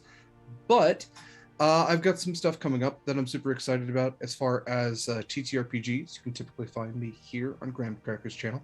I am also joining Pharaoh and Graham for the every other Tuesday game, Shards of Inarian. So yes, go off to see the dragon, the wonderful dragon to murder us all. Of course, I'm here every Friday. And as Pharaoh was kind of alluding to, I love monsters. I love monsters very much. I think that they're amazing, and I love learning about them and also smooching them if given the chance. So if you also love monsters, I am the co-host of the podcast Monster Crush. 2 words, monster and crush. My co-host Emily and I talk about different cryptids and creatures and just like how cool they are and also how like valid they are as romantic partners. It's very niche, but very fun. And on top of that, tomorrow night at Pacific time. So what is that? That's 9 p.m. Pacific time, midnight Eastern. I will be on Smutty Saturday on the Lady Dame's Twitch channel. That is the Lady Dame. Smutty Saturday is a wonderful event that brings people together through bad smut. It's a lot like horror movies. You're horrified throughout the entire thing, but at the end, you feel closer to the people with you. So November is going to be celebrating cryptids and monsters of all types, and I will be reading some things that will bar me from public office. Last time it was about Nessie's genitalia. Who knows what this time will be about? So check that out. It'd be lovely to have you there. And I believe that is it for me. So is there anybody left? Jeremy, did you do yours? I have not. Hey, go for it. Thank you, Derek. Hi everyone, I'm Jeremy. I also go by the handle of Dane Darkstride on various social media platforms, but don't bother looking because I got nothing going on. I'm far too busy. Unfortunately, I can't follow up compared to these wonderful, wonderful human beings, but you should definitely check their stuff out. This is the only place you can find me every Friday at 8 p.m. Eastern. Where I have the honor of playing Ivron Blackmont, the Protector Asimar Oath of Devotion Paladin, and brother to Gaheris Nerthos. I truly appreciate you all keeping with us. I know we started a little later tonight, but I thank you, and I hope you enjoyed tonight's episode. I know I did. Aw, thank you, Jeremy. So we are gonna raid our good friend Josh Simons, who's just chatting, but you know they're talking about tips to be a better DM. So let's go raid Josh, and we're gonna just spam some love. You know, just some Graham love in that chat. Maybe say roll nat 20 for friendship. How about that? That seems good. So, until we see you next time, I hope you stay happy, stay healthy. We'll be here soon. We hope that you stop by again, because once you're our friend for life, and you're never alone when you're here. So, bye for now. We'll see you soon. Bye.